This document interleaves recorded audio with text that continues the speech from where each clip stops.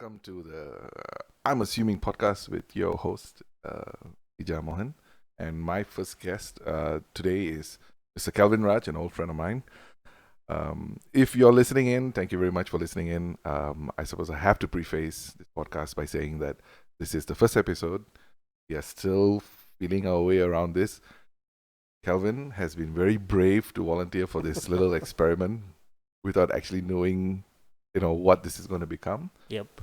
Um, the the inspiration for this is basically just exploring our assumptions, having conversations.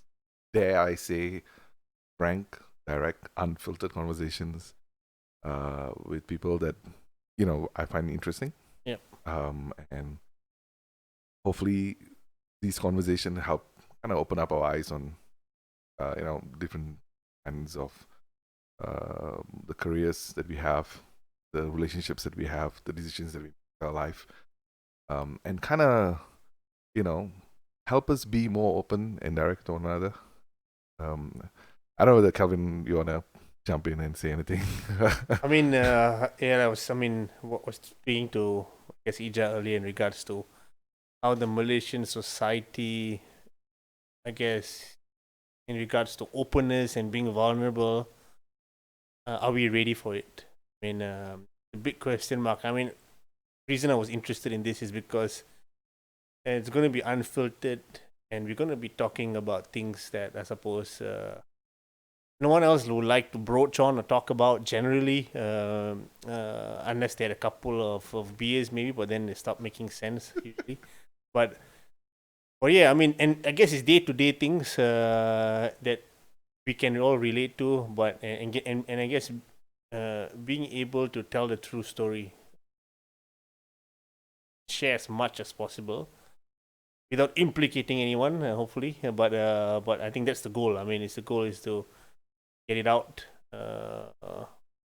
Yeah, I think in the sense, I never viewed this as a Malaysian podcast. In the sense that I believe what we are talking about is like has very universal values. Yep.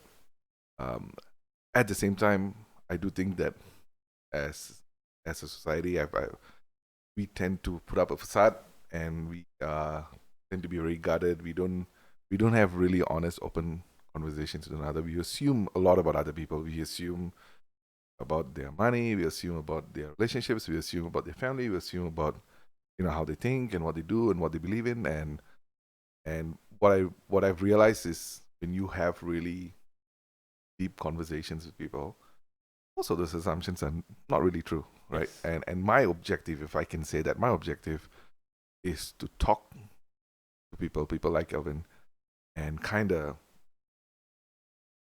see if we can have that conversation uh, and help kind of showcase the different type of people and the different type of decisions that we make, and have a better understanding.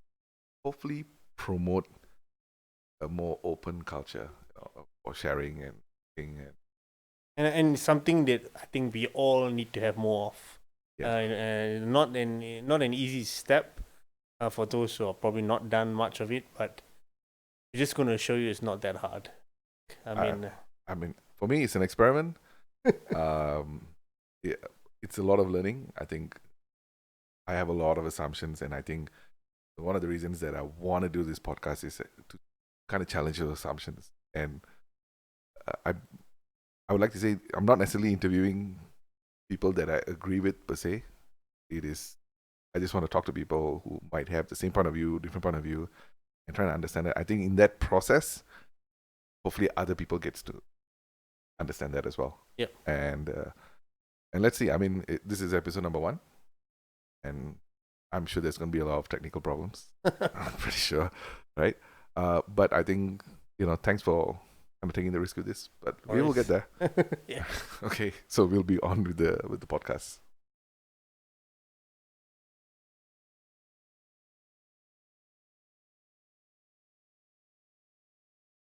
Hey, hi. Welcome. I'm yes, Kelvin Raj. being first big guest, I guess. Yep. Very, I suppose, unknown format. So I guess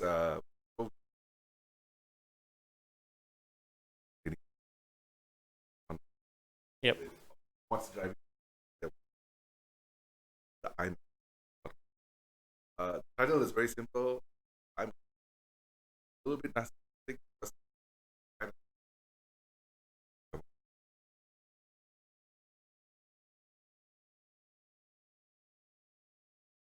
I realize most is, especially now,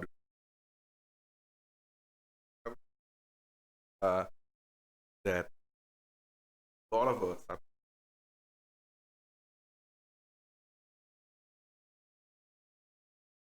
a lot of our assumptions are challenged, right? And we never can find ourselves like call it new normal.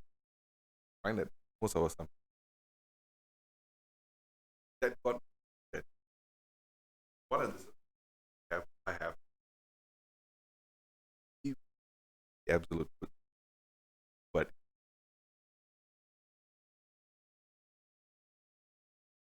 personal life I realized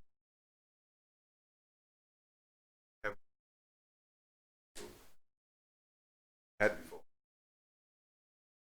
Realized that some of the assumptions come up not so much monk try and understand what the reality of right. So having said that, what my objective of podcast, uh, I want to have I interesting personal right. I believe interesting, right? So and I think having a conversation, I would dare say, unfiltered, you know,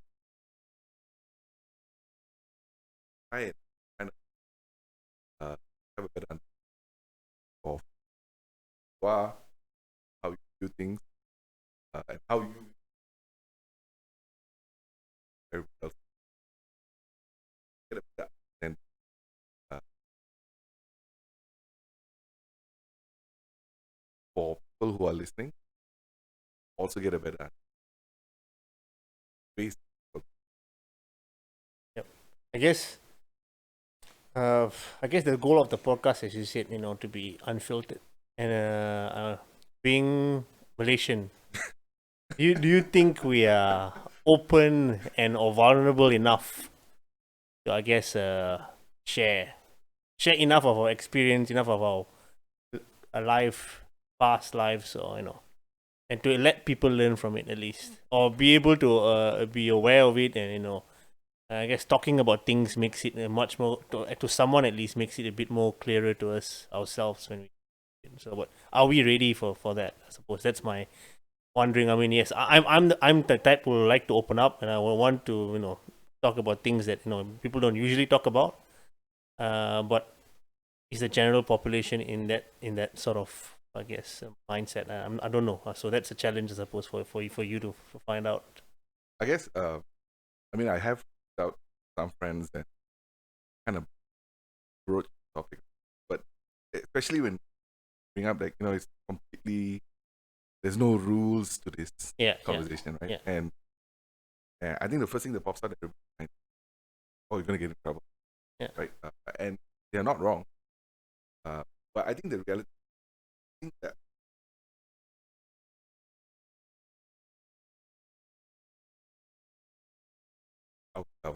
or people in power are very uh,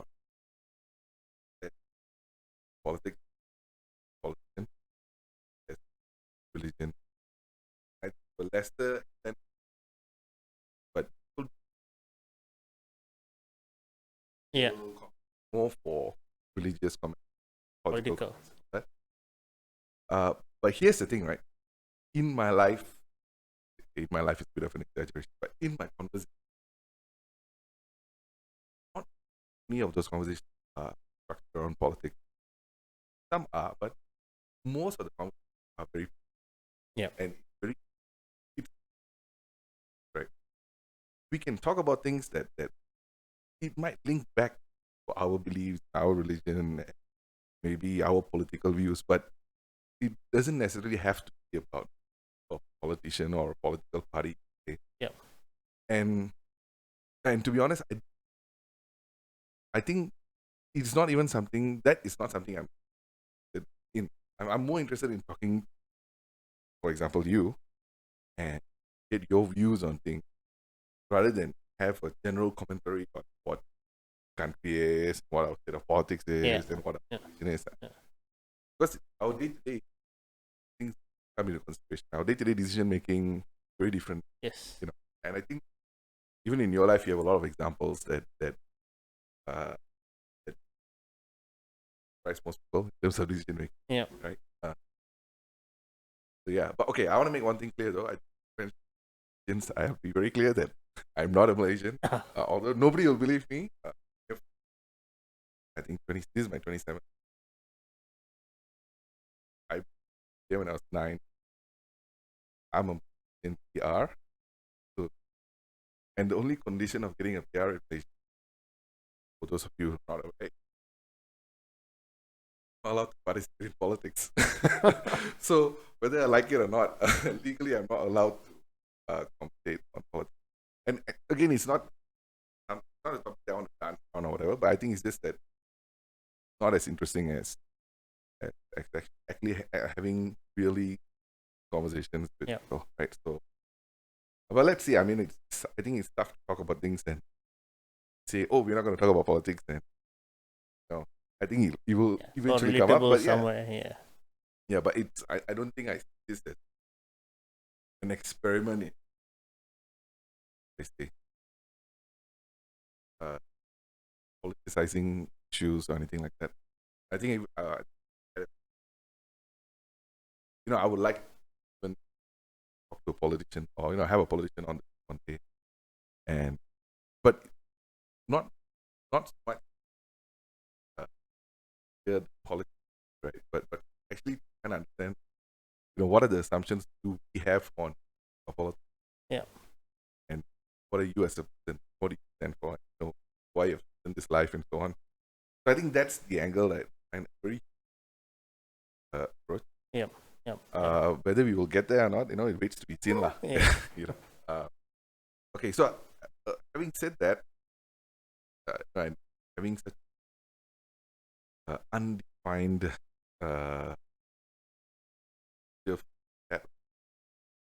I think one of the that I thought was that I was about as well is you've kind of had a very colorful life, right? I guess unorthodox decision making, lah, right? Maybe you wanna tell us a little bit more about kind of the a backroom view of the journey so far, and maybe we can deep dive when there's some. Yeah, I guess. I mean, well, I mean, one of the things is I don't remember much of my. I don't know why, but never remembered much of my childhood. I only remembered it here there. But I guess there are moments where you sort of here and there remember like 10% of what happened. But I think a lot of these things that happens to you in life, consciously or subconsciously, makes it who you are, right? I mean, a book you read, you may not understand, remember the content, but it has sort of set in you, and you sort of live your life through some of the values you may have learned through it, although you don't remember what you've read in it. So things that you have experienced in life, although you don't remember it, you've built part of you. And I think a lot of my life, I guess I've to my family as well, most of it myself. I think I've defined my own character, my own path, and sort of stood quite hard in certain values I had. So the values in my life really sort of the roots defines my decision making. I think that's the first thing, and everything that happened was just the fact of that. So my behaviors were just based on my values. So I mean, for me, I was obviously born and bred Malaysian. I was in Malaysia for about 18 years before I moved overseas for studies. So, After after my diploma in business studies and 1 year. So I did a twinning with Metropolitan College for those who have been on that Taylor's Subang Jaya district golden area. Yeah. circle. So I mean, I've had very close friends from high school. We went to the same college and ended up after uni. I did a 1+2. I did 1 year in Malaysia, 2 years in Australia, 2 years in Curtin. So I went with my friends. So all these were high school friends. We sort of decided to do the same things so that we can end up at the same place, I think, for some reason. So we ended up actually When you say same things, I mean same as in study the same degree basically. I would say same part in the how many business of you, degree. like It was, I would say, 4 of us. okay, Yeah. that's a good group. So I mean, then we rented the same place, stayed in the So same you all house. did the same. You all came from Yes. did the same diploma Yes, pretty much. and went to the same university Yes, correct. and did the same degree. Did the same degree, different major, basically. Ah. So everyone did degree in commerce, but all everyone had different major. But we pretty much ended up, we all finished at different times because at the end we all decided to do different things. So if you don't mind me asking, I mean, you mentioned earlier that you don't, especially you don't remember your childhood per se, right? When you say childhood, I mean, what do you mean that? What are the parts that you don't? I guess the span. I mean, a lot of people that I speak to, all right, they can remember things at 7, 6, 10 years old, 11 years old, things that happen. I mean, it's not the fact that I think I had a recently good childhood, but for some reason I just can't recall. And I think that's one of the biggest challenge I have as a father now. Is I want to make sure my kids remember, because I don't want them to be, if anything happens to me, let's say now or tomorrow, I mean, they're young age, 6 and 4. Anything happens to me, the likelihood they're not going to remember me very well. So okay, so if I were to ask you the question, I mean, so I know you, so you have an older brother and a younger brother. Yes. Have you had a conversation with any of them regarding this not recalling childhood? Not really. I mean, my relationship, my brothers are different. I suppose from a normal, I guess, lovey-dovey, huggy family. We're not. Are you sure they are lovey-dovey? No, they're not. Brotherly relationship. So I mean, we are not. Even me, I'm not. I mean, for some reason, we've grown up that way. So if they pick up a phone and give me a call, I'm going to be there to assist them, help them, whatever. But I don't like give them a hug, or we don't hang out as a. No, I think the being a naturally curious person, I think the interesting thing would be to find out whether did all three of y'all have that same experience of, oh yeah, I don't really remember my childhood, right? Yeah. Or like, maybe they remember and maybe your memory is I believe it's my memory. I mean, because my brother, see, the thing about having close connections and long connections for people you're known for a long time is they are your memories. For me, is they are, as my friends have been with me 20 years, things that I don't remember, and that's why you enjoy sitting with them, is because they remember things that you don't. And I think that's huge for me, because we've gone through life. I mean, and just imagine if you can't remember so much of your life and it just disappears, right? I mean, I think that's quite sad. I mean, if there's no trace of it, so the people that keep trace of it is really the people you know. So, and so that's why you continue to have laughs about things that happened 5, 6 years ago, because sometimes you just don't remember it, and when it comes to memory, see, wow, I did that. I mean, I think in many ways, I think before this conversation, I mentioned to you that if I keep saying I think, I'm failing in this, because I'm, rather than expressing an opinion, I think again, I think it's a bad force of habit that I need to let go of. But what I wanted to say is actually that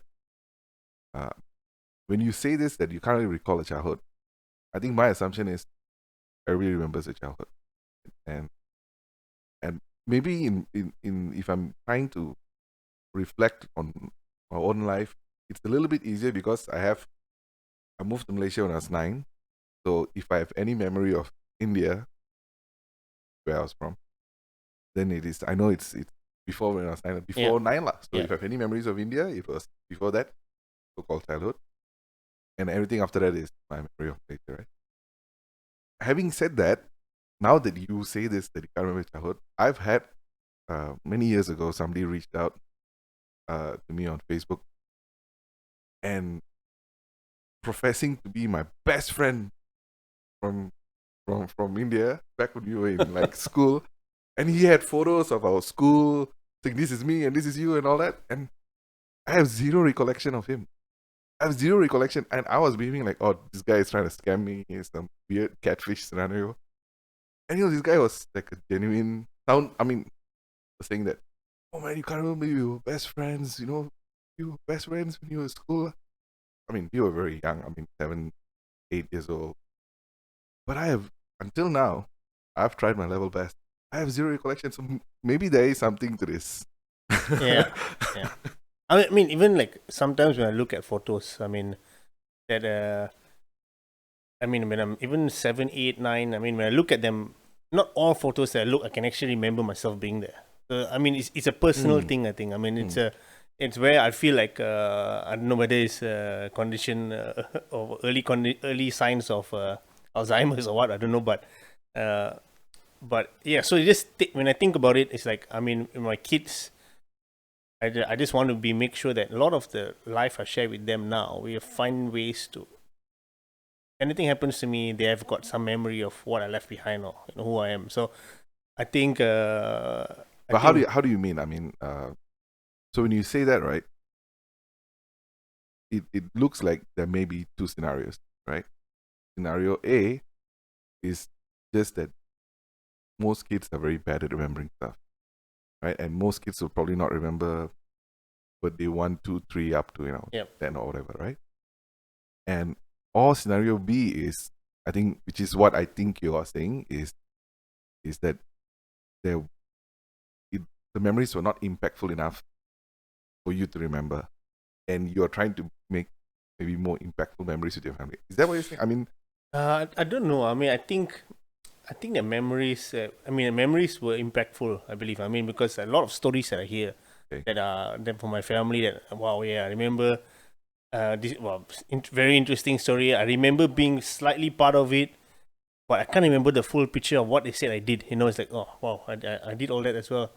So it's more of me keeping memories of the kids. I mean, that memories are impactful. I want it to be remained impactful, whether you're recording it or you're taking a live story or making a video.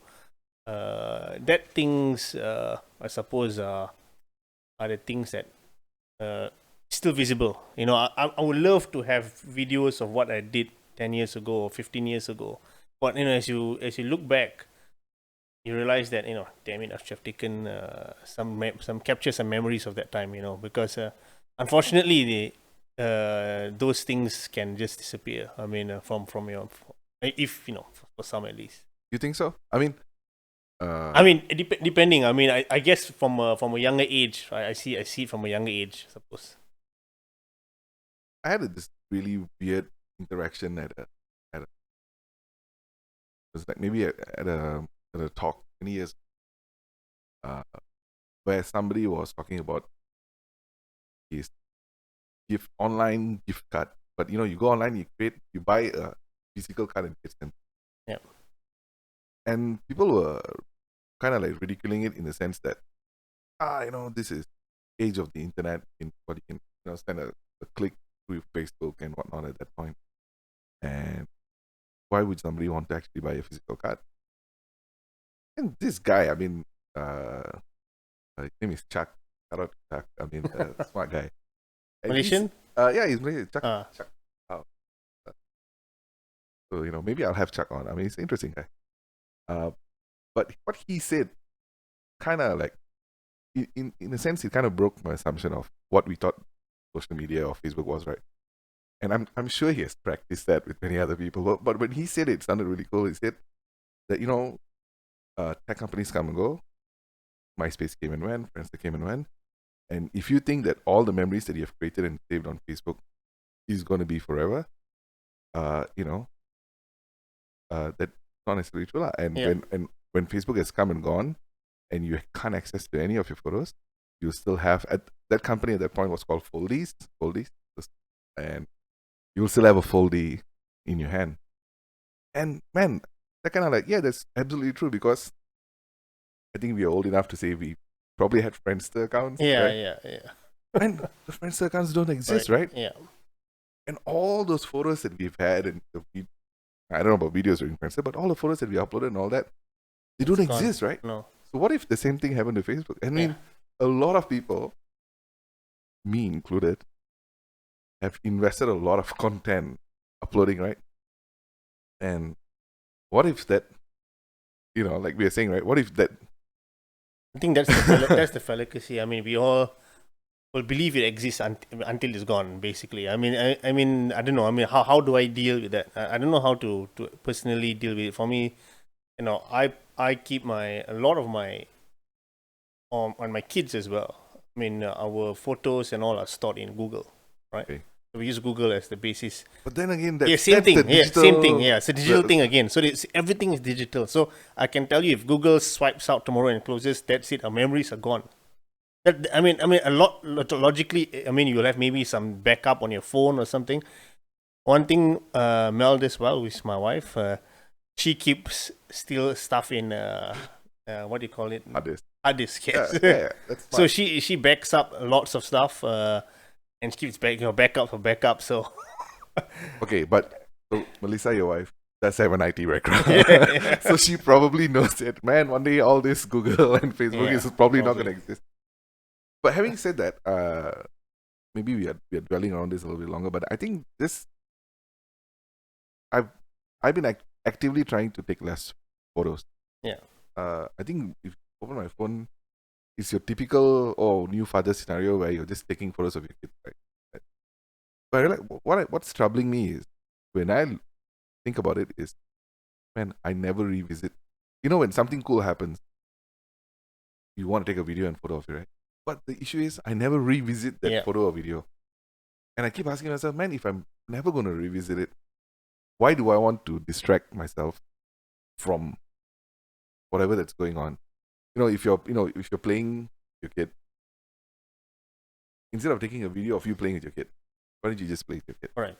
I think that's a balance that, like, when I take photos, it's very in the moment. So I don't plan to take photos or plan to take a video.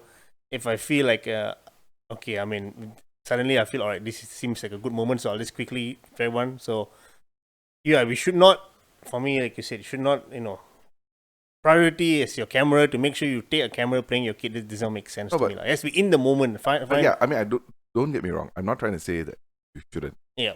In my personal observation of my own behavior, I never revisit those photos. Unless you're taking it and you're putting it up on Instagram or putting it up on Facebook, and then okay, at least the content is somewhere, right? Yeah. Like in my case, I was just taking these photos, and I don't revisit it. So that was what was troubling for me. If I was revisiting it at some point and using it, then it kind of worked well. But I get the urge to do it because I still do it. As much as I'm aware about it. But okay, having said that, so if that is not the case, you were mentioning about. I mean, you've mentioned this a couple of times. It might take a dark turn, I don't know, right? But you mentioned a couple of times, in case you're not there, you want your family or maybe you want your kids to remember you. Like, why is this so important? I don't know. I mean, I want, for me, see, I see going, for me, death, right? Death is, going to death is a scary thing, right? I mean, and me not being there to see the kids rest of my life, for them not leaving something behind, personally, I see it as, for me, I see the only thing you're going to leave in this world is what you left behind. That's it. So, I mean, what the memories left behind, the impact you left behind. I think that's what I see. After that, no one knows. For me, no one knows what happens next. So what I can leave behind, obviously my kids, I want them to be the greatest beneficiary of it. Hopefully I bring some value, and as long as they can see it, they can see my experience with them and what I was trying to teach them through all my interactions with them. That's something I've left behind. I mean, I think that's something hopefully can linger over time. I think I have to be a bit more careful. What you're saying sounds like there's a couple of components, right? I think one part is the material part, which I think uh, most responsible parents, and I'm not saying like I'm a responsible parent, I'm just saying most responsible parents will prioritize ensuring that, they, in case anything happens, Yep. their loved ones are taken care of, right? Um, but it also sounds like there's non-material, maybe value-driven part, or I don't know whether value is the right word, uh, but how do you ensure that? I mean, I feel like that is something that is the material part. There's some control. There's some degree of control where you can put things in place, right? Yep. But when you talk about stuff that is so subjective or emotional, how do you do that, or how do you? I mean, one thing you hope, whatever your interactions with your kid, taking out photos or videos whatsoever, that has enough impact on them to develop them as a kid or a child over time. And let's say my kid is now 4 and 6, both girls. Hopefully, let's say tomorrow I'm not around. I've done enough in this short span of years to have some impact on their life, on how they grow up. But I don't think it's enough. All right, 4 and 6 is it's incredibly young, and I guess the only way you can leave things behind is like through, like my wife does. She actually writes she writes to my kids for future. So In case. yes, I mean not in case, just for them when they grow up, they have some memories of what or what she was thinking then and how she was feeling then, and sort of in educative way, and trying to tell how was daddy, how was mommy, just some So this memories. is for them, specifically Yes, for them. for them. Wow, that's a lot of work, man. Yeah, so she takes that initiative, and so when they're 12, 13, 14, when they've got access to emails, which we have their emails, so when they have access to their emails, then They could have yeah. So I mean, I think that's pretty cool. I mean, I don't do enough of that, which I hope, there's a lot of things I think I want to say and I want to say, but to sit down and write it is a whole different thing. I mean, it's like gotta find the time, but things like this, if you actually prioritize, it actually has a big impact.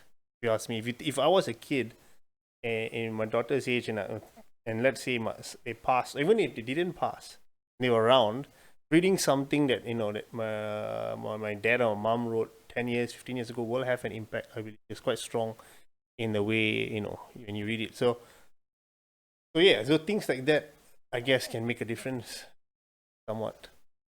I would have to. I mean, I think I strongly agree with you, because one of the reasons we're even having this conversation is because I believe that there's much that is not being shared, Yeah. right?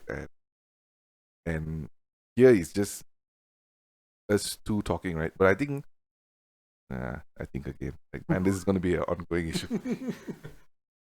Uh, but what I've realized is that the wealth of knowledge, even from our own parents, like, I've had conversations with my parents, or my dad was still around, uh, asking, hey, you have lived X number of years in the world, and what advice do you have for me? And it took them by surprise, and to the extent that they they even never even had a thought about, hey, what's this advice that I want to pass on to my son, right? And it looks like from I think conversations that I've had, most of us just don't go around seeking advice. Yep. And also most people don't go around giving advice. I guess if people don't want your advice, you don't give your advice, right? Yeah, but yeah.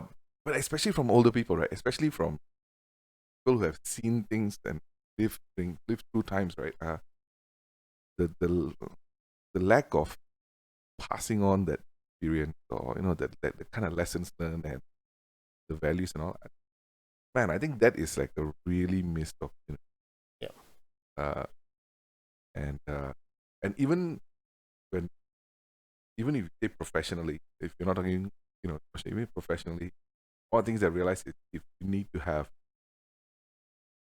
smart uh, but kind people around you to kind of put you in your place sometimes, Yep. encourage you sometimes, advise you, and in a way it keeps you. I don't want to say humble. It kind of gives you a reality check, right? Because I think most of us go around thinking that we are the smartest beings, right? That Yeah. oh, I have an opinion and this is what I believe and I am so right.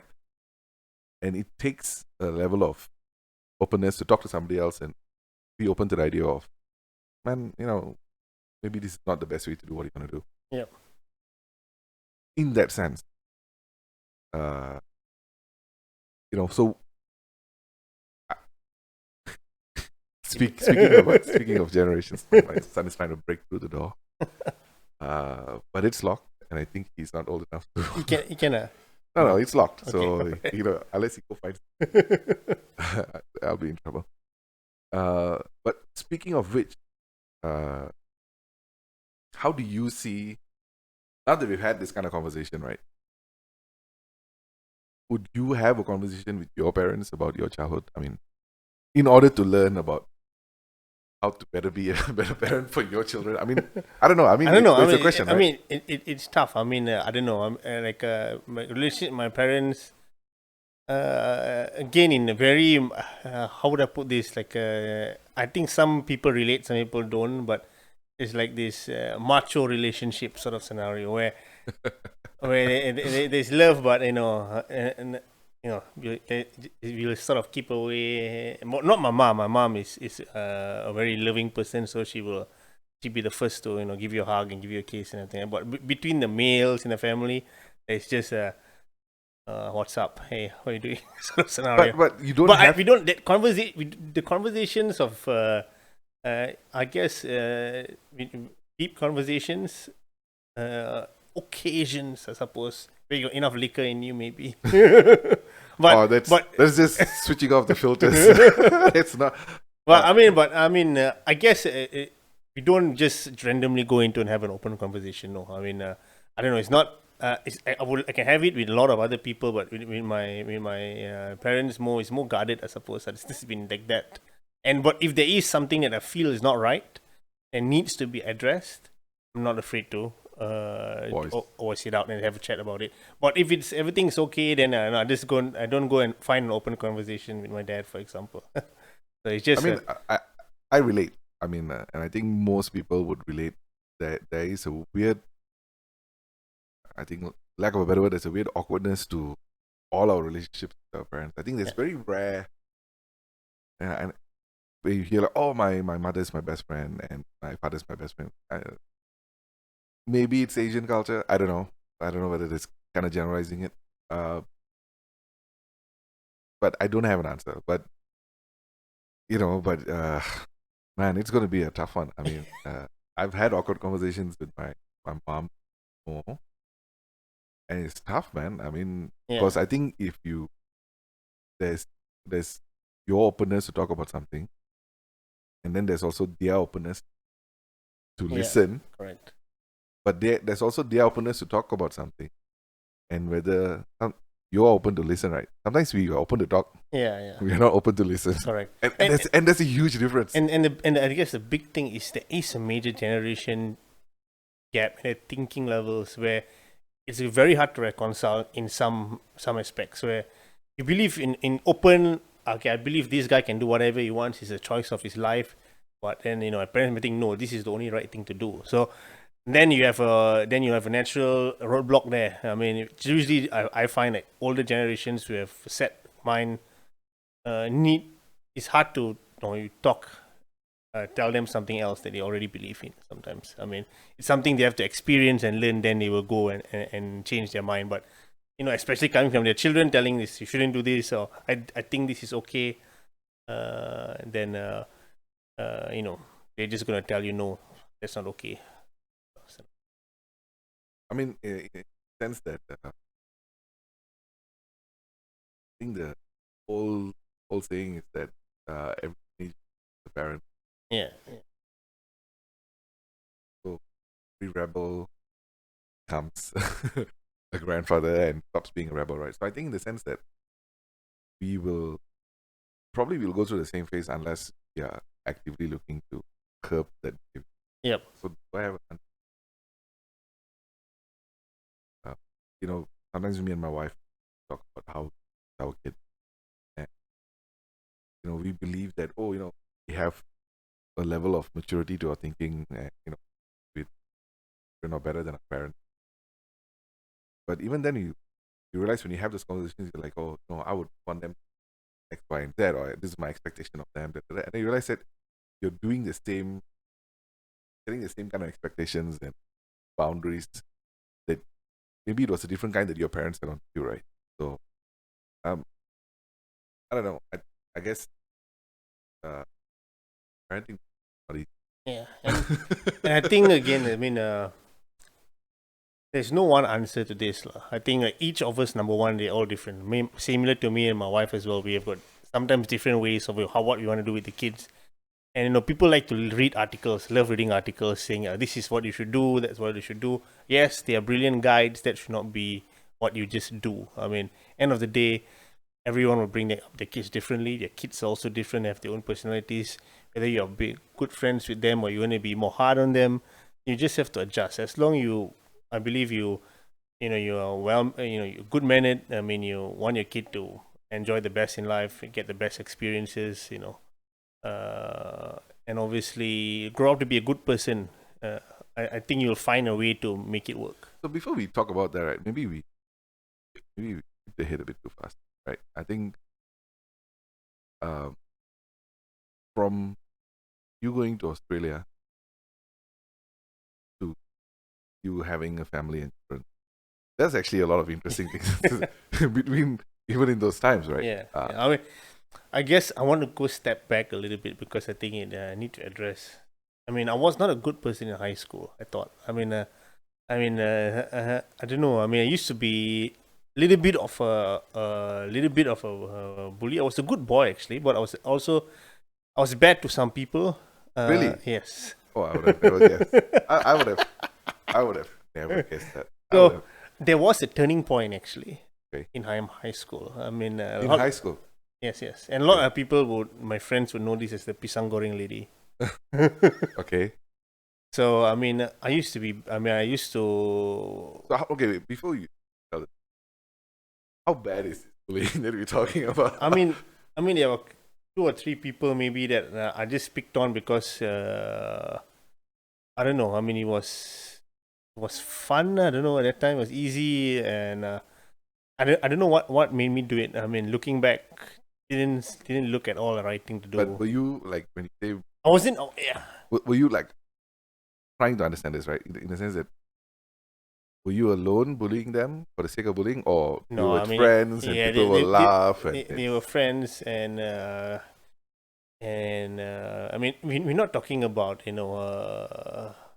but more name calling sometimes. So I think any Malaysian public high school kid, I don't know whether it's the case now, but man, calling people names was like thing. Yeah. But it was just, I mean, generally we were done across the boards, but I know a couple of people where it was a bit more harsher on them. Yeah, harsher on. So I mean, I mean, and some of them just was at that particular time they asked for it. I don't want to go into details because.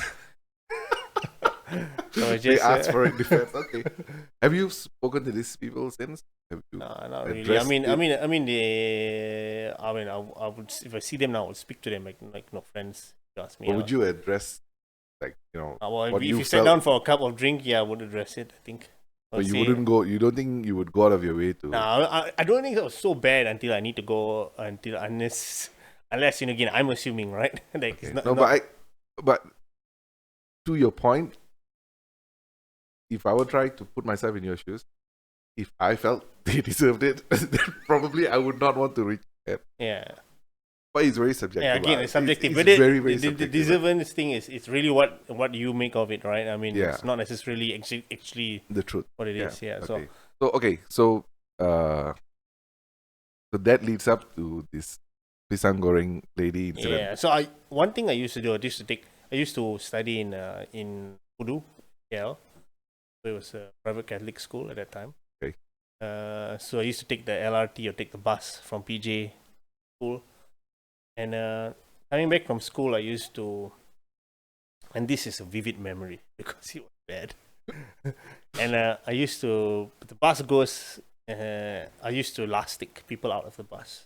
All right, so when people are driving motorbikes or they're walking, we used to play last stick in the bus. You know, last sticks, rubber band with the paper. Yeah. Of course. So across the bus, you know, two people would team up, and then one day we started shooting people out of the bus. People walking, and then Wow. yeah. So Oh, it's not just you. It was like a bunch of you. yeah, it was 2 or 3 of us. I mean, I don't know. I was like hardcore at the time, so I don't know why.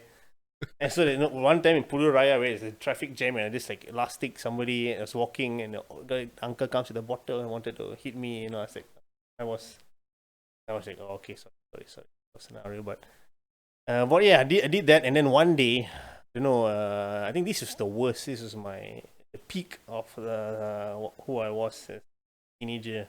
The sort of switch thing. But this is in high school. So you're talking about 15. I would say 16. This is about Okay. 15, 16. Okay, yeah. So we're coming down the road in Bangsa, on the way back home in the bus. School bus, yeah. Okay.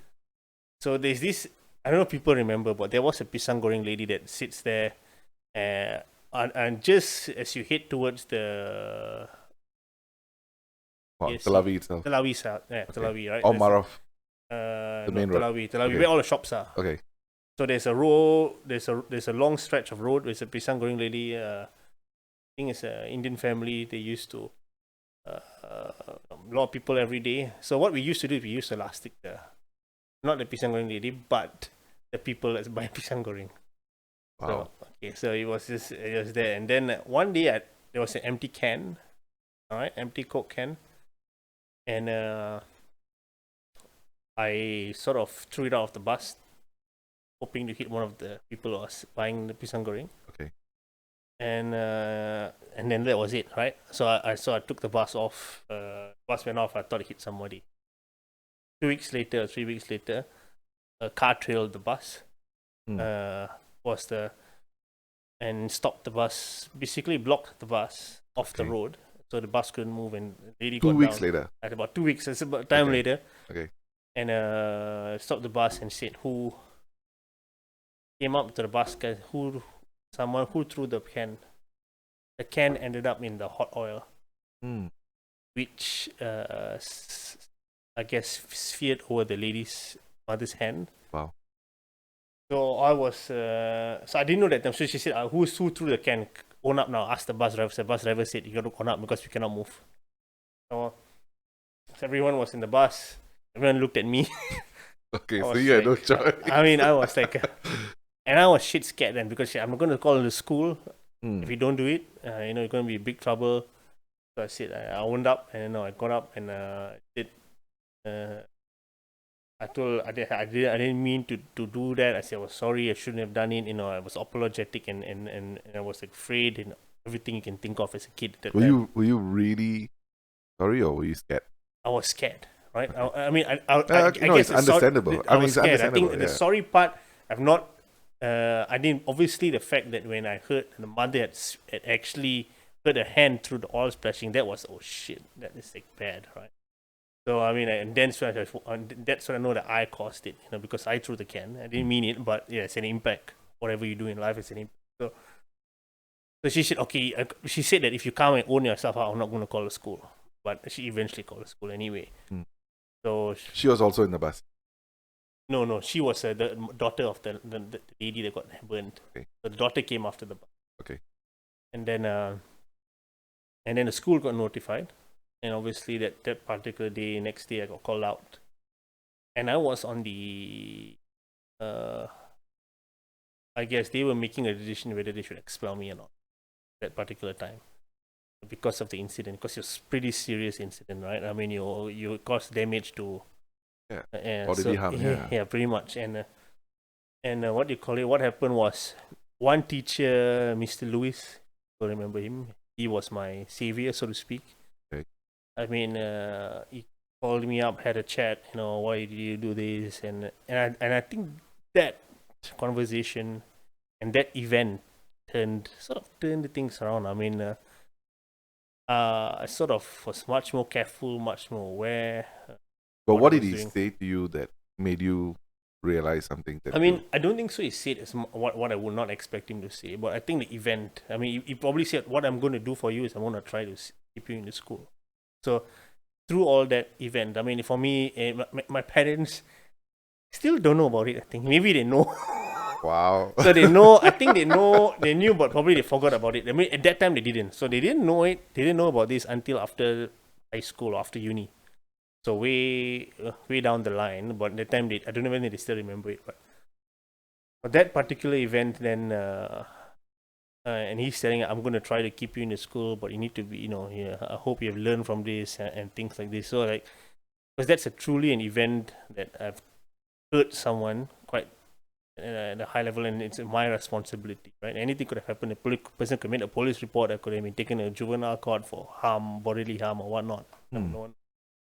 But so that event happened, and then I think I mellowed down significantly. I didn't do all the randomly So what about disturbing people. the group that was? I don't know. I can't remember what the group did after, but I think everyone had a learning from that. There's no more, I think, shooting out of the bus. So I mean, we are laughing about it now, but it's actually pretty bad. yeah, it is. I mean, It's if you really think about it, it's I mean, if you sort of start to put yourself. I think that was the first event where you really put yourself in that other person's state, right? What if I was that person? It was actually cooking and trying to make ends meet, selling a daily snack for everyone, and you end up coming up and burning a hand.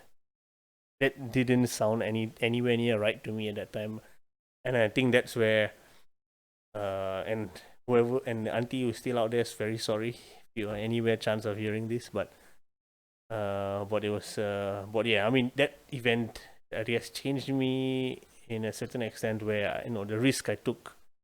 I was just more aware of what impact I had on other people if I did anything. I think that was quite important. Bullying. It's a tough discussion. I mean, especially if you want to open up to your own Yeah. sort of uh, your part that you have played, right?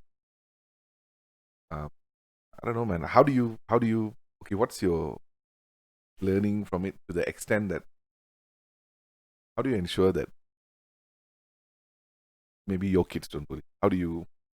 I mean, I think that's what we need to embed in them. I don't know. I think my parents, I guess they're church going people. They taught you the way of what Jesus would do sort of scenario. But we were so rebellious at that time. I mean, we had the age, I suppose, and when you're 12, 13, 14. What do you call if you're not listening to your parents, by then it's going to be probably a uphill challenge. But again, you have to be relatable to your parents. So again, where the parents of a different generation, like our parents, I think the approach they have taken was different to how we are doing it now. How I would like to think how I'm doing it now. It's probably different. Whether it's more effective or not, no one knows until when my kids are grown up. But at the moment, I'm sort of through my life experience, I'm trying to teach them what is right or wrong, and I'm doing it proactively. But how do you? How do you? I mean, it's a tough. I think it's a tough subject Yeah, because when you look at even our own experiences of life, right? It's almost always a process of escalating priority. When a kid buying that 2 ringgit gun was right? yeah, Now it's probably 2,200. I don't know. And and having that right alien workshop T-shirt or that wallet or it's really small things. Or then it's the exam, it's the trials, and it's year acceptance, having friends, or having girlfriends. You have this little thing important. And as we grow older and face bigger problems, other things take priority. yeah. And then now when you look back and you realize that, most of the way things that you thought were so important when you were young, actually not so important, right? But how do you try to instill that, or how do you try to pass that information or experience down? Yeah, I mean, tough question. I mean, like my kid, I guess, is now 6, and Caitlin, and so far, I mean, I hope and I think in the current age, she's much more aware. I mean, she tells me a lot of things that I don't. So, for example, like swearing. I mean, uh, when I swear, she picks up on all of it, and she tells me, "Why are you swearing so much?" She actually asked me the question. Said, and whenever I say a bad word, she says, "Stop saying bad words." Or so there's some awareness there, and a lot of things she picks up. No, you shouldn't do that. I mean, look at that poor person. Why don't you help that person out, or the animal? I mean, so that awareness that I've taught them, although I'm not be some even I'm I guess guilty of not doing it all the time, but because you've sort of inbred from young that this is what you should do, this is who you should help, and they see a person walking down the road, and as a younger person, I probably would have ignored it, but at 6 years old, she's pointing out and saying, you should, why don't you help out this auntie, poor auntie, sitting around. I mean, those things needs to be developed. I think naturally, if you ignore it as an adult and you don't address that, there are struggles in the world and people are struggling, there are things that are suffering. Their kids will not ignore it as well. They won't see it. So I think that's a important part of it, at least. But man, if I had to, if I was asked to rate who that I and who would I rate full of kindness, right? I think you and as one more person probably that I will rate very highly on that scale of one of the kindest. I just see, I just feel like both are kind of similar, only born to different parents, right? In the sense of only good-hearted, kind people, right? So even for you to say that if there was this, you were not always like this, or there was something that had to happen for you to become the person that you are today, that's interesting, right? I mean, not many of us have that opportunity. About traumatic incident Yeah. for all parties, but that didn't happen. Yeah, I don't know. I mean, it could have been. I'd have continued being. It could be a rascal Yeah, today, and I would have been I would have expelled. I mean, I would just continue doing bad things. I don't know how long unless something worse happened. Maybe until I would have changed. But I mean, thank God it was nothing super serious. That. Oh, but thank God, over the uncrossed that family didn't take it to the level of making sure to expel. Yeah. I mean, Got a lucky break. Yeah. Got a lucky break. Yeah, and that's right. I mean, break. So I mean, with the help of a few people, I suppose, as well. And yeah, another thing was, I guess at the age I was growing up as well. I mean, we had a dog that came to our house, right? I mean, I was, I think, quite an emotional kid, as in, I wanted to share things, share feelings, or but I guess how our parents grew up was different, right? I mean, you don't really talk about feelings as much, I think. Yeah. So, so I guess that's where when there's this dog named Buddy who came to our house, Buddy, yeah, 13, 14 years old, and that was another life changing event for me. I mean, if you ask me, because that dog taught me a lot of stuff, because and meaning that a lot of my conversations where I spoke to somebody was to the dog, although no one is listening. I mean, how old were you? I was if I'm not mistaken, the dog came to our house probably when I was 12, 13, around that age. So, so I think the relationship developed over time. So it used to be a dog that's outside, and he started to come in and used to live indoors with us. And I used to come up to my room, and then we started. Wow. Yeah, so it all evolved, and obviously the sad part was, I think that was some of the closest beings, so to speak, or a living thing. I was too. When it died, I wasn't there. So that was quite, it had a massive impact on me when I was in uni. So it died when I was in uni. Okay. When you were in Australia. Yeah. So so although you say it's a dog, but I think there's the level of teaching depends on how much you're connected to it or bonded with the animal. It has a level of teaching. I think that helped me go through things personally that I may had as a kid. Just voicing out, although it's like a an animal, but helped me deal with stuff at that Would time. you say around that age you had friends? Yeah, I had friends, but these conversations yeah, were not... I guess this conversation at that age, right? I mean, you wouldn't have you would not learn to talk about. Okay, but having said like that, it's not really a conversation because the dog's not talking back to you. Of course not. Right? No. Or was the dog talking back to you? I don't know. Right? Pretty sure not. So why do you think, or why did you feel like you couldn't say those things even to your friend? I don't know. I mean, at that age, maybe ego. Ego at 12, really? I don't know. That's the thing. I mean, I don't think so. Ego. No, I take that back. I take that back because I see ego in my 2-year-old son. So okay, I take that back. Yeah, okay. So maybe it's just at that age. I mean, these things were probably too much for people to handle, or you wouldn't make that assumption, I suppose, at that time. That's the thing, right? In the sense that, do you think that, I'm very careful on even the type of TV programs that I watch, which is a huge problem in this house because sometimes my wife wants to watch something that I don't want to watch. And it's dictated. It's not so much that my taste and her taste, right? Like a simple example is I hate to watch, I want to say hate is a very strong word, but I prefer not to watch like all this teenage drama about high school, bullying and all that stuff. Yeah.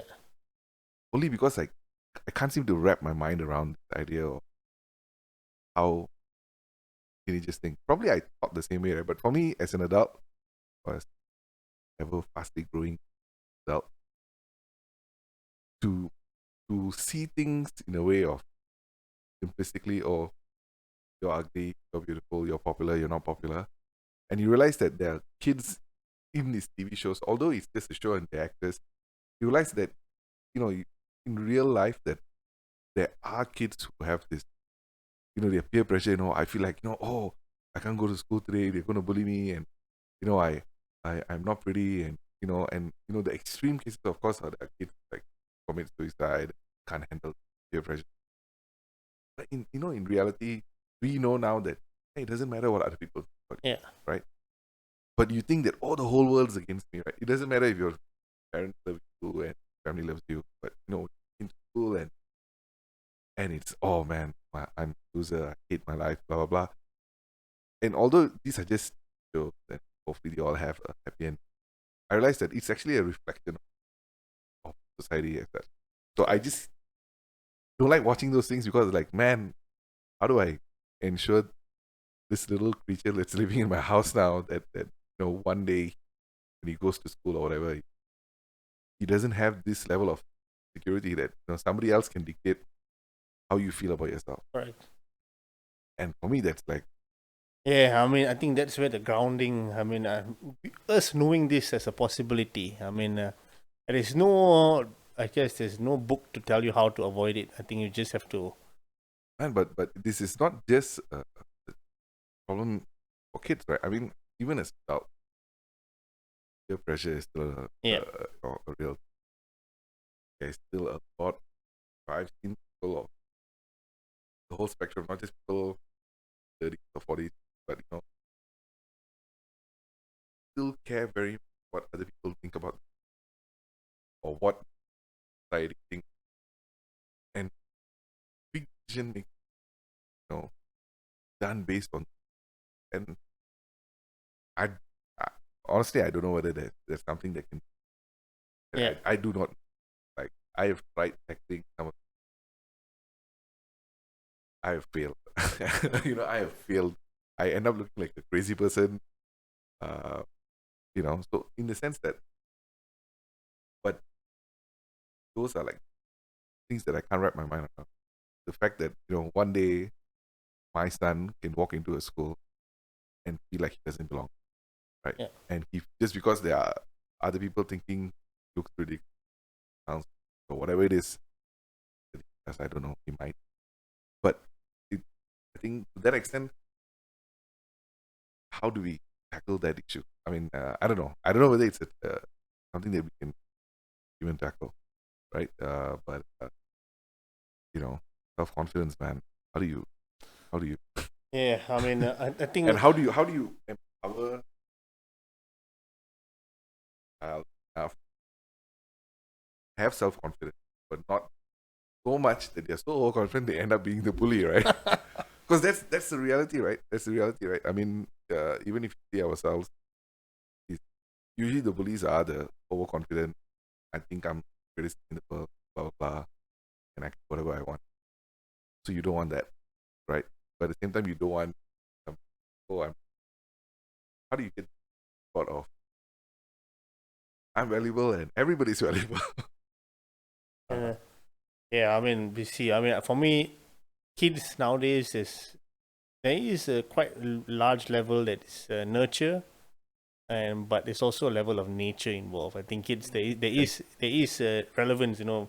How your mom is personality. There is a biological impact on the kid how they develop. I think there is a percentage in there. That is nature. I think we need to be aware of that, and so we need to adjust to each kid differently. And I think one thing that you can probably look at is the level of EQ is, I think, incredibly important in this new age. So I think kids have a good balance of EQ. Or for me, it's way more important than IQ. Although IQ gets you to places, EQ keeps you balanced and helps you make the right decisions. Suppose in life, in a sense. So when you say there's also the stigma of all this new generation of just touchy feely, softy kind of. I mean, I'm Yeah. kind of exaggerating, but even for example, we talk about millennials, right? All millennials, they look at the way the world, or look at it so differently, and they are so sensitive, and they have a feeling about everything and all that. Whether it's valid or not, case by case, but how do you avoid? Where's the balance? How do you get the balance of? I hear you when you say there's not a one size fits all solution, because some people need to be pushed. Some people might break if you push, right? You gotta definitely not a one size fits all solution, but having two kids yourself, I'm pretty sure you've given this some thought. I mean, both kids for me. See, I've got two different kids. I think through nurture they're brought up the same. Obviously, one came before the other, and maybe got a bit more attention. But we've not changed the way we brought them up. But both have totally different personalities. I think it's very familiar to most parents. So what drives them may be different, and how you push them may be different as well. My first kid she's much more emotional, right? And I was naturally as a relatively quite aware of things emotionally, how people are feeling, how things are feeling.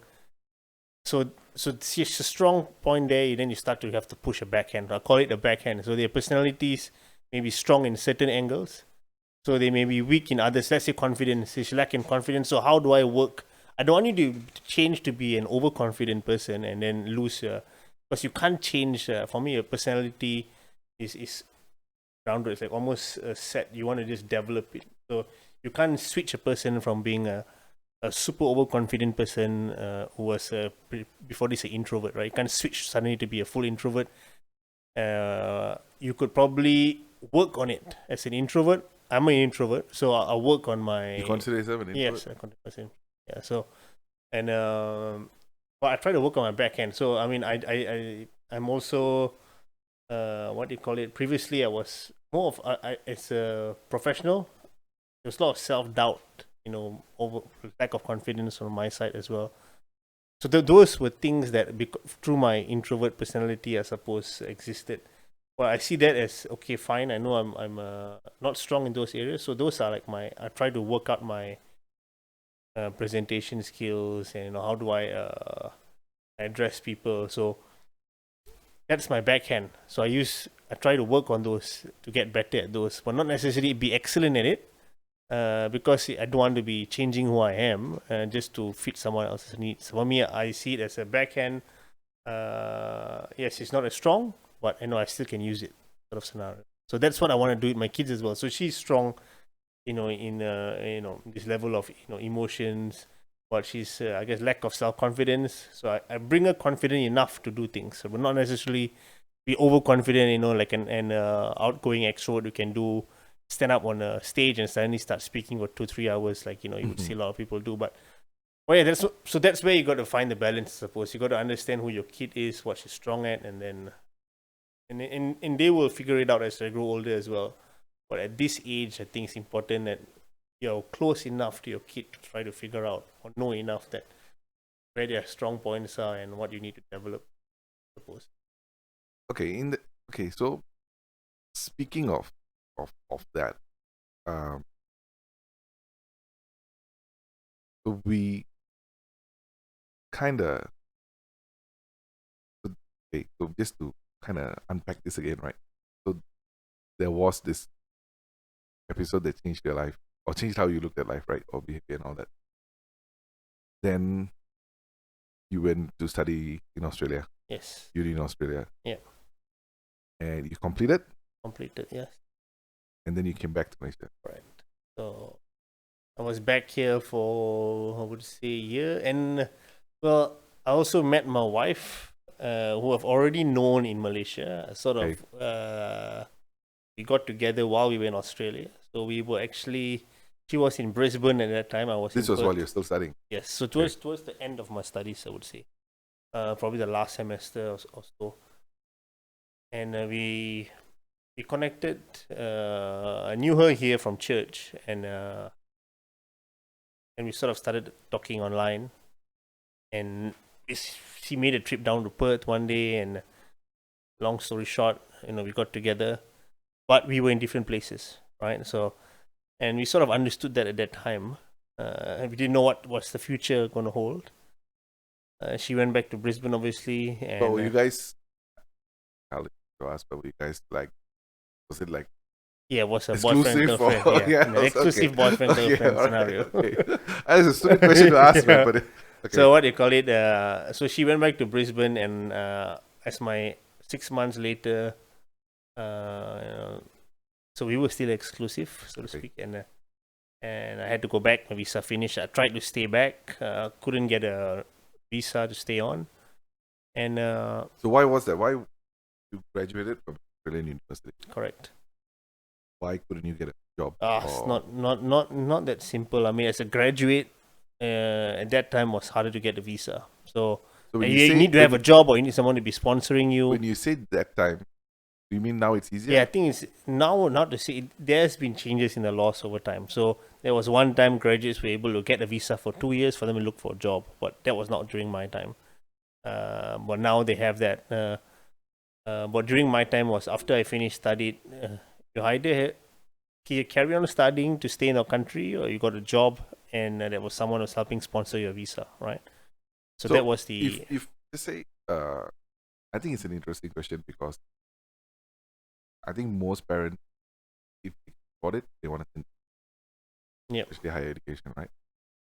And I think most of the time, the expectation is, most people probably the expectation is study overseas, get a job overseas, settle overseas, and have a better life, so to speak. That's the assumption. I don't know. That's just whatever ambition that parents have, right? Yeah. To have a better life than what they've had. So if you could do this again, maybe just that part about studying, graduating, not getting a job in Australia, do you think there's anything you could have done? If you could do it again, is there anything you could have done to make sure that maybe study the right thing, or did something during when studying made your life easier to get a visa? I mean, if you ask me to go back, what I know now, I don't know if I would change anything, to be honest. I mean, But what about you could have, if you did an engineering degree, maybe you would have got a higher chance of getting a visa. So depending on your skills, on your job, skill points, on what you can bring to the country, you would have maybe got a visa doing engineering, so for just say example. there's somebody listening right now Yeah. who because sister or daughter or father is about to make a decision to go or to send somebody study abroad. Yeah. Uh, I know it's weird to have this conversation when there's a global pandemic, but we will assume that it will not be forever, right? Yeah. So Yeah. at some point, if somebody's making a decision to, I want to send, because we hear this all the time, right? Sending my daughter to study US and Australia.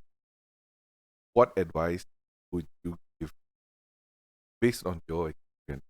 Not, I'm not asking if you have regrets. That's not the question, right? I think is what would you tell somebody now about them making a decision to study abroad to ensure that, how do you ensure, or what do they need to do to study, graduate, and get a job? Yeah. I mean, unfortunately, I mean, you're sending your kid overseas, the first goal is to make sure they get through their studies.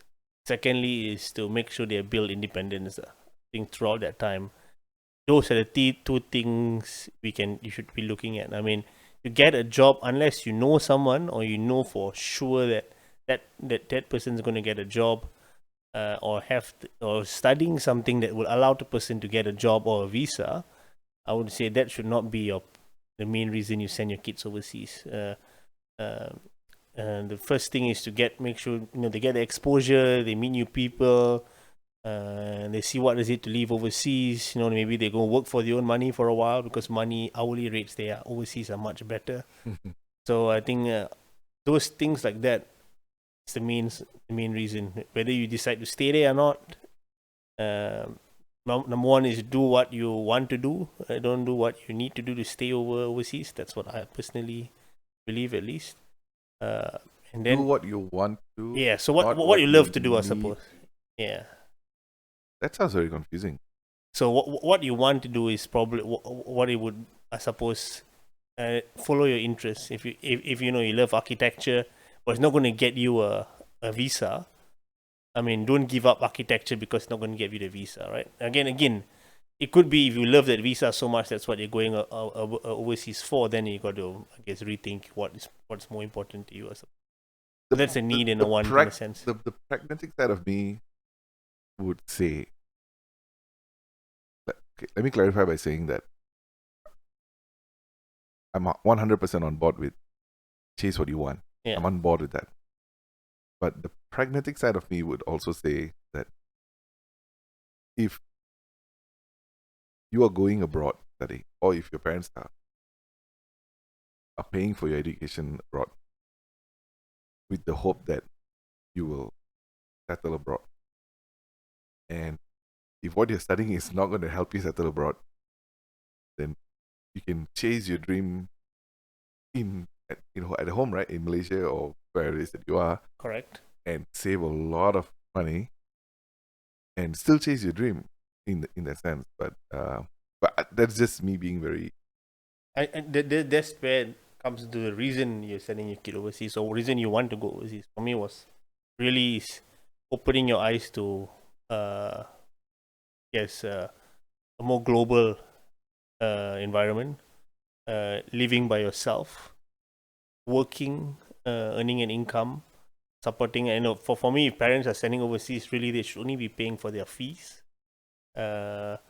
Kids should be looking after their But daily how expenses. often is that? Yeah. Exactly. So I mean, it's not the exact case, but that's what they should strive to do. I mean, for me as a parent, I'll be looking, for example, myself. My parents supported me for my expenses because I didn't know how to work. I never used to. I did in Malaysia. I worked for small companies. I used to be a telemarketer. I used to Okay, my first job was a telemarketer. yeah. So it's just God. I mean, and you used to get like 3 to 4 ringgit an hour. So the value for money for the work you put in didn't make much sense. And so you just didn't want to work. And we create that. Unfortunately, we created that culture here where someone like me at that time didn't want to work because the money was so little unless it was getting paid. But we still get people who were willing to work. Other children who are more, I guess, grown up to be more independent or more hardworking. They will work for that $4 an hour. But I wasn't that person. But when I went overseas, I did multiple jobs. I used to be a cleaner. I used to clean houses. I cleaned houses because I was getting 15 Aussie an hour. Wow. So that's like 45 Happy to ringgit now. So yes, give me a job. And I used to do the kitchen. I was a kitchen hand, clean plates, and I used to get like $11 an hour. But if let's say if I were to ask you, if I were to play the devil's advocate, I think having parents that can afford to send you abroad is a luxury on its own. Yes. I think majority of people would not have the luxury, right?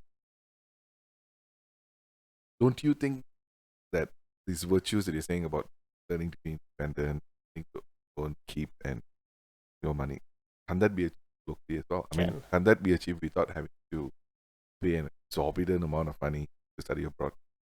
It can. You see, it is. I think a lot of kids actually do that nowadays as well. Looking at the current scenarios, but I'm not. I think I'll put the mic closer a bit. Just move it a bit closer. All right. Okay. So see, I've not gone through the experience of studying locally. My brother did. My brother studied in Uni 10 and Uni, but he did eventually did his masters overseas. But what from my knowledge is not many kids who's in unis, I would say, work to sustain themselves, right? They work because it's more of for expenses. No one works to sustain. The rent is all usually covered by parents or the fees, because it's included in the fees. So there's no independence in sustaining themselves. Their food on the table. You're talking about locally? Locally, okay. Yeah. So rent, not many at least. So when you go overseas, after for a while, I think at that, even not many kids actually sustain themselves. A lot of parents still have the money they give them, but some of us, when parents start to feel the pinch, and you can start to see that they feel the pinch. You work, and you are wanting to work because the money you earn is actually gives you a good lifestyle. You can actually sustain yourself, and you could use the money for extra things. So that's an example that you probably won't get much of here. It's probably harder to do it, to get it as well. But it's a premium to pay, right? It is. For you to earn that X amount, even like doing, cleaning houses in Australia, you're actually paying a huge amount in fees and all, to be able to earn the privilege of earning that, right? And I guess that part is where if it is more expensive, but that activity that I was doing was, I'm generating that income, right? I'm generating that income, although it's more expensive to pay the fees, which I was not paying, which my parents was paying. That experience that I was getting doing it, that's the value to it. Have you ever spoke to your parents about why Australia, why? It was mostly a lot of the decisions I made. Okay. All right. As in what I wanted to study, which was relatively around what our friends talked about. Okay. So there's I can relate to that. Yeah. So and if you ask me, I didn't know I was going to be a professional accountant. I didn't know I was going to be an accountant when I was studying. I just wanted to know. I didn't know what I was going to be. A lot of younger kids nowadays, or people who have at 16, 17, they know exactly what they want. I didn't know what I want until I was like what I wanted to do until I was like 21, 22. I was just getting by, doing this, doing that. But it's the fallacy, right? In the sense that it's very rare for people to know. Yeah. It's very rare. I think if you talk to, many people that you know, and you ask them, hey, what is it that you really want? What is your passion? What do you're fired about?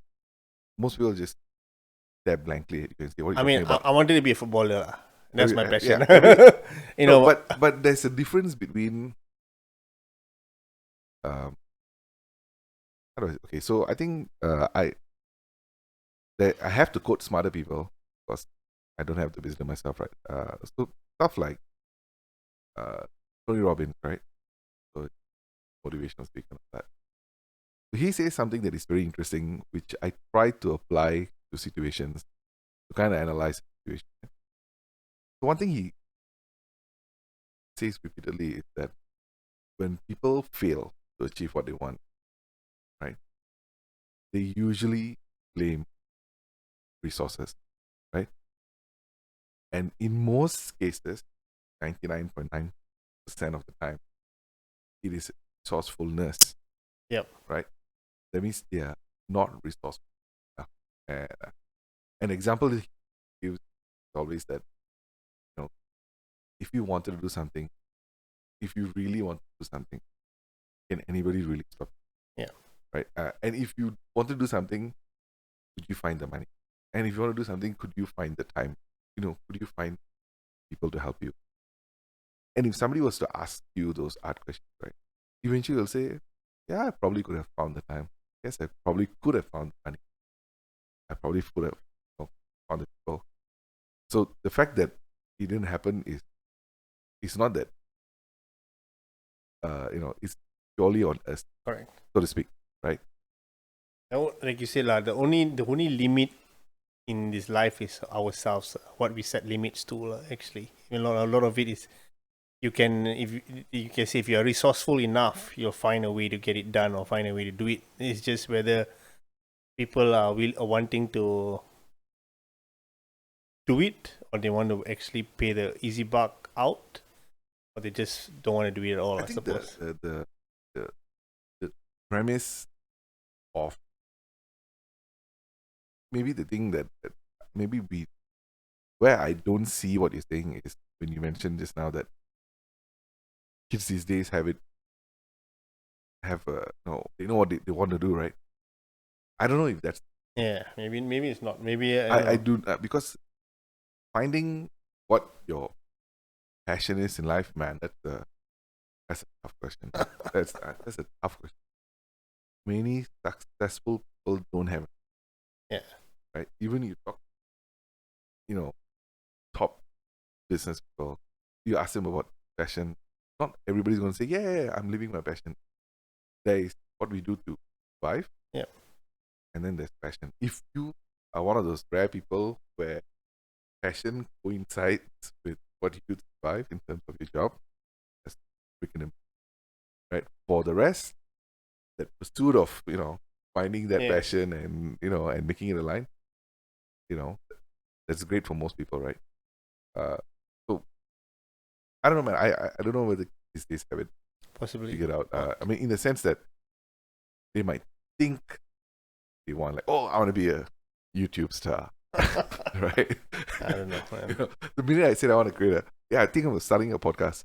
Oh, you want to be a YouTuber? Is it? I'm like, I don't know, man. I never thought about being a YouTuber, but I think doing a podcast is going to be fun, right? And then when I start talking to people, like, they realize that, oh, being I'm not using it as a slanderous way, right? But it's just many people want to be a YouTuber, right? But I don't know whether even if doing a podcast or being a YouTuber is a passion, right? Yeah. I don't know if that is passion, right? I think the example that I can give is like, oh, you love football, right? You love football so much, you want to talk about football, and then you start a channel or a podcast talking about football, right? And that people gravitate towards you and it becomes big. But that doesn't mean that your passion is not become a podcaster or a YouTuber, right? Your podcast is your passion is actually your interest in football. Yeah. Right? That's what you're passionate about. So I think that's what's kind of missing in the sense that people don't see the passion. They just see the kind of like the flashy thing that's nice. Oh, these guys are awesome. Oh, these guys. But they don't see that there's passion that drives them. So they lock on to, oh, it'd be cool to be rich, right? So if I was a YouTuber, I'll be rich. If I was doing this, I'll be rich. If I was doing that, I'll be rich. But without locking on to what drives that. You know what I mean? Yeah, I know. I mean, it's a substance. Like they focus on how it's perform, I suppose. Rather than the substance, which is but that should be a driver of whatever you do. I mean, not like you said, I want to be a YouTuber, so I'll do this. But I want to do this, so this is a result of a podcast because we want to explore stuff from a, in a deeper in from a deeper meaning of things, I suppose. Yeah, I don't know whether the enough example, but then people get very confused with the result and chase the result. Yep. But what brings you the result is actually the experience. You need to have passion for this. Not passionate about that. So when you talk about football, I play football still, but 99% of people play football. So imagine how awesome if I was professional, or imagine playing in a World Cup, imagine scoring the goal, right? Yeah. Okay, that's the result. Yeah. You're yes, but the activity is actually one of every big house, like all right, for itself. I'm bad.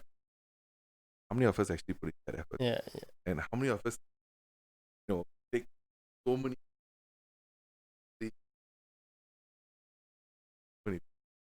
coaches and tryouts? How many knows take still try again, right? I think in the sense that there are people who chase big stuff. Yeah. I think another example, like this is a great example. A friend that was violent.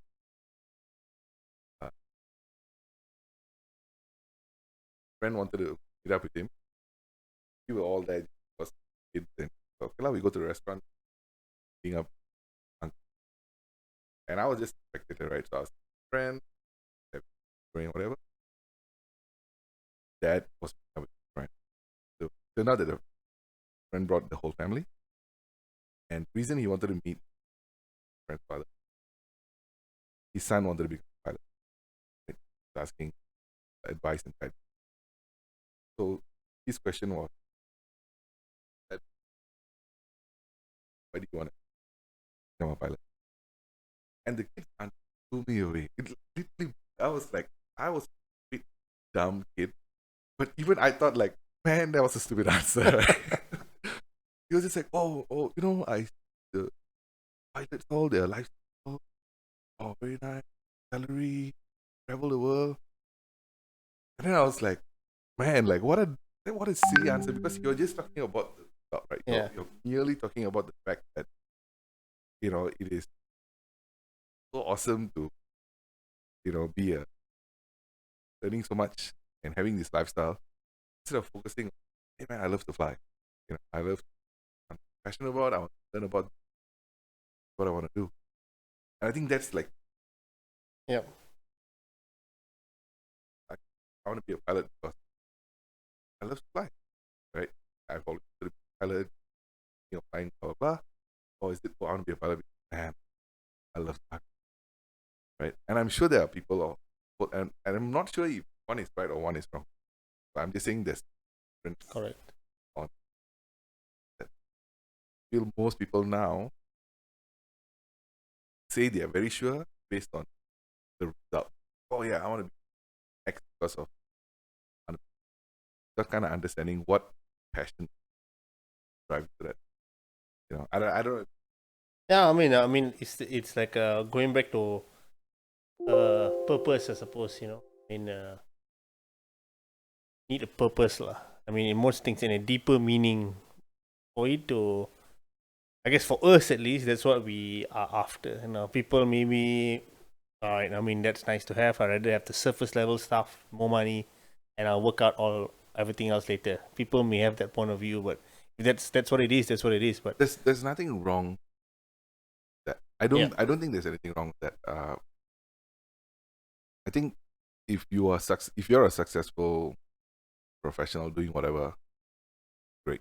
Yeah. But what I'm saying is that if you are a teenager, or if you are just about to go to college or university, and your assumption is, oh, I want to be a doctor or a surgeon, or because I'm gonna earn a lot of money, right? Without knowing the stress level of studying to be a doctor, how good you have to actually be without day in day out the stresses of a job. It's high stakes, high pressure, right? Yeah. If you don't have passion, because you're gonna have like massive down days, you're gonna have like massive days where you just like, why am I? So if you don't have that passion on the drive, you're only looking at the result. I don't think you can make it lah. In that sense. So Yep. so for most people who have made it, means they've kind of gone through the process. So if you are a pilot now, you've probably gone through the process and you have an appreciation for it, and your passion has brought you to the result that you want, right? That's fine. But what I'm saying is, if you are not gone through the process and then you say like, oh yeah, I want to be a YouTuber, or oh, I think I want to be a. Nobody says I want to be an engineer. Like, cool. I mean, I studied engineering, but I don't know anybody who's like, yeah, let's be an engineer at school, right? So I'm trying to think of like jobs that people think like, oh, this is a great job to have. But it's tricky, man. I suppose that finding what you really want to spend your time doing is it's possible, but it's not an easy. Yeah. No, I mean, I think it's a big difference. The result versus what you actually want to do. Yeah. Right? I don't know if that makes sense, but makes sense. I mean, what do you call what it? I mean, it tells a lot lah. But like even if you reflect on your own self, I mean, over time you develop. Suppose sometimes if you don't have or you don't know what the purpose is, sometimes it takes time to find that purpose. So it's like whatever you're doing in life, I suppose, whatever work you're doing, behind it there is probably some deeper meanings and deeper purpose where you can attach yourself to. Like for myself, in my work, I'm an accountant, so to speak. so to speak. So to speak, I gotta do a few other things as well. So, but I mean, I learned to enjoy it by finding value in the work I provide to other people, or the value to the company I bring. How it impacts the company. So I see that, I try to find the purpose and the value, and that's how I apply myself in the job, and then that's what gives me motivation, I suppose. So we can find that whatever we do, or I mean, we cannot be chasing golden rings, assuming that you're going to be But doing exactly what you want. Don't you think that it's okay if you're not ambitious? It's okay if. I think the toughest realization that I had was that it's okay if the only reason you work is to get a salary. Yeah. You want a salary so that home. You want to be able to play your games, or if you have a family, you want to spend time with your family. I think that is perfectly all right. Yep. I mean, I agree. I mean, this is a personal thing, I believe. Yeah. Even then, I would say that it's identifying that, hey man, your passion, family, your passion, friends. That's your passion. Know that that's your passion, and you are doing whatever. Yes, exactly. I mean, that's again, that's just being aware of that's what you want. I mean, if you're aware that this is what I want in life, this is enough for me, it's what makes me happy, then that's your choice in life. I mean, it is no one else should be telling you otherwise, if that's who you truly are. So that's how we look at it. How about okay? So how about, so you came back to Malaysia? Yes. Right. So I was in Malaysia for 2 years. So 2 years. So total, me and my wife in a long distance relationship for about 2.5 to 3 years. Right. Okay. We probably saw each other 1 or 2 years, once or twice a year. Okay. For that time period, and I eventually got back to Australia, and through a de facto visa. So which means if I lived with my with her, I could apply for a visa. So as what, as de facto. So it's in Australia, if you live with somebody, you're a de facto spouse, so to speak. Okay. So they have that legal thing, right? So through that, So you went back to Australia solely because to be with your wife. Or yes, I mean, now wife, then girlfriend. and that period, where I also wanted to stay in Australia, right? Okay, let's rewind a little bit. So when you came back to Malaysia, what were you doing in Malaysia? You were working, right? Yes, working. So I got a job. I was working as a management trainee with a local company here, and Okay. That was a good job. yeah, pretty good job. There's a lot of potential for me to actually grow. But again, I mean, I went through the struggles of the Malaysian graduate, which is Okay. challenging, where you What does that mean? living by on paychecks. Where you get a paycheck, which is I used to earn. I think as a management trainee when I started was less than 1,000 ringgit a month. Wow. Is it like an internship? Yeah, it's sort of an internship. They do give you a lot of training. They take you. So how long is that for? That was 6 months, right? For 6 months. and then you went on to a different Did department. they call it a salary or did they call it like an allowance? It's sort of supposed to be like an allowance. Okay. And then you started earning fresh graduate salary at that time, which is about less than 2K or so. Okay. And so that was 6 months of internship allowance. Yeah. And then after it I started on the job. So Okay. the department I chose was a finance department. That's how I started my career in finance. And then you still took back a paycheck, right? I mean, but that's everywhere in the world. You take back a paycheck. correct, I suppose. But that's not. I mean, actually, and that was the difference. I mean, in Australia, I guess in comparing in Malaysia, the difference is the level of income disparities is much lower. So when you have got a high income earner and a graduate, the income gap is not huge. It's not huge as Malaysia, where it can be like 100 times different sometimes, or 50 times difference. It's relatively smaller. So the lifestyle that you live, and even as a graduate a graduate working graduate, is actually you can actually do more things. You can maybe buy a car.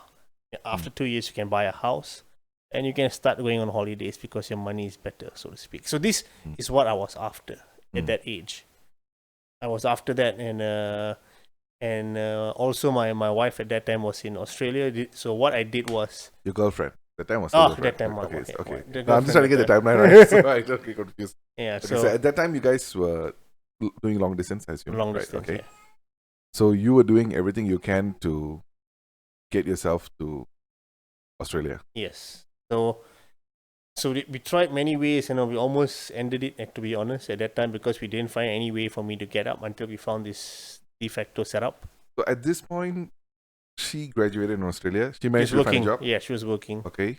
So she was there. She was basically living there. Correct. And she bought a place as well. Okay. So she was living in okay. So she had no plans townhouse, yeah, to come back at that point. No. Right. She had no plans to come back. So she was happy. And I know she was. I was wanting to go there as well, but there was no avenue for me at that time until we found one. And I quit. So basically, I quit my my job. I was bonded, which the company helped release me off that bond. So you didn't have to pay anything. No. So Okay. I mean, and they sort of understood the situation I was in, which I told them openly what it was. Which was what? The relationship was long distance, and I was planning to go overseas. And so I went overseas without a job, and I was probably 3 months without a job. I lived in an apartment, had no salary. Literally, I was had no money, and I was living off her income, to be honest, at that time. And I had some savings as well, but okay. it wouldn't have sufficient. De facto sugar papa. So if you, okay, Put it that way. she's gonna be so pissed I said that. Okay, temporary. Okay, yeah. And then I worked like hell. Like you said, this is your limit is only yourself. Because as a Malaysian coming overseas looking for a job, number one is, without Australian experience, companies wouldn't usually hire you. Without Australian working experience, okay. Yes. So that's the first thing they'll ask you. Have you worked before? Have you worked here before? So I had to apply 500 jobs. I kept an Excel sheet. You had applied 500 jobs. 100 Yes. jobs. And how this is what online application process? Yes, online applications. You meet agents, but but officially I would say in the range of 500 because I kept an Excel spreadsheet of all the jobs I applied. So how many interviews out of that 500? I would say I had maybe 8 interviews. Man, 500 applications. Yeah. And only 8 interviews. Correct. Is that normal? Is that not? I don't know whether it's normal or not in my scenario, but But you think that it's but do you it is think it's that, mainly because of you don't have work experience? correct. It mainly for me is no work experience in Australia. It's the biggest challenge.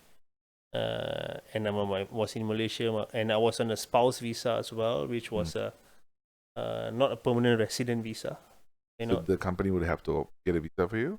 Not really. Are you allowed to work on a spouse visa? You're allowed to work, but on the de facto visa? Yes, de facto visa. So You can de work. facto. You can work on a de facto visa, but your de facto visa is not a PR. It's just it's sort of like a half PR scenario. So people maybe don't see So the like visa. I guess the Malaysian equivalent would be like a dependent pass or something like that. De facto is like you are legally husband and wife. I mean, you are in the eyes of the law because you're living together in Australia. You're husband and wife, although you're not married. What do they call that? Union? What do they call Yeah, it? They call it something they like have that. some I don't know version what of it is, Okay. but what do you call it? So that happened. So, but if you're allowed to work, why does that become a hindrance to a company hiring? I think it's more of usually what they will put in jobs is a permanent resident or a citizen to apply for a job. That's usually the case. Is that Is that a cynical way of if I have my cynical cap on? Is that their way of saying they prefer to hire Aussies or Australians? Because PRs, most PRs are non-Australians. So if you're a PR, all PRs are not Australians, but yeah, pretty much, yeah. okay. So citizens are Australians. Okay, okay. Yeah. So what do you call it? If that's the case, then so I don't know. I think it's just the jobs I was after, types of jobs as well. So I was trying to look for something within the finance. So here and there, I would apply for odd jobs just to get a job. But then I managed to get a contract role with the NGO for 6 months. Finance. So I did pretty well in that role. I got different bosses. And then I got what founded me there's like good references. So from your bosses. From your bosses. So then that got me into my current company, which now I'm a permanent staff of. I was in a contract with them when I started with them. I was in contract. This is technically your second employer in Australia. Yes. So who I'm working now with is my considered in Australia second employer. Yeah. And how long? I've been with them for now 10 or 11 years. 11 years. Yeah. Wow. So they took me on contract 3 months, and then they converted me to permanent, and that was it. So I've done like 4 or 5 roles, and different areas as well. I moved from in Australia. I was in Brisbane for 2 years with them, and then I wanted to move to Perth because it was closer to Malaysia, and we had more people. What kind of logic is that, dude? I don't know. And it made sense. It was 8 hours aeroplane flight and 2 hours time difference. I just couldn't cope. It's just too far. So I got me closer, and Mel had family there as well. So we decided to move, and we eventually moved. I also studied there, so I had a bit more friends base. So we were in Perth for 5 years until we bought a house. And what do you call it?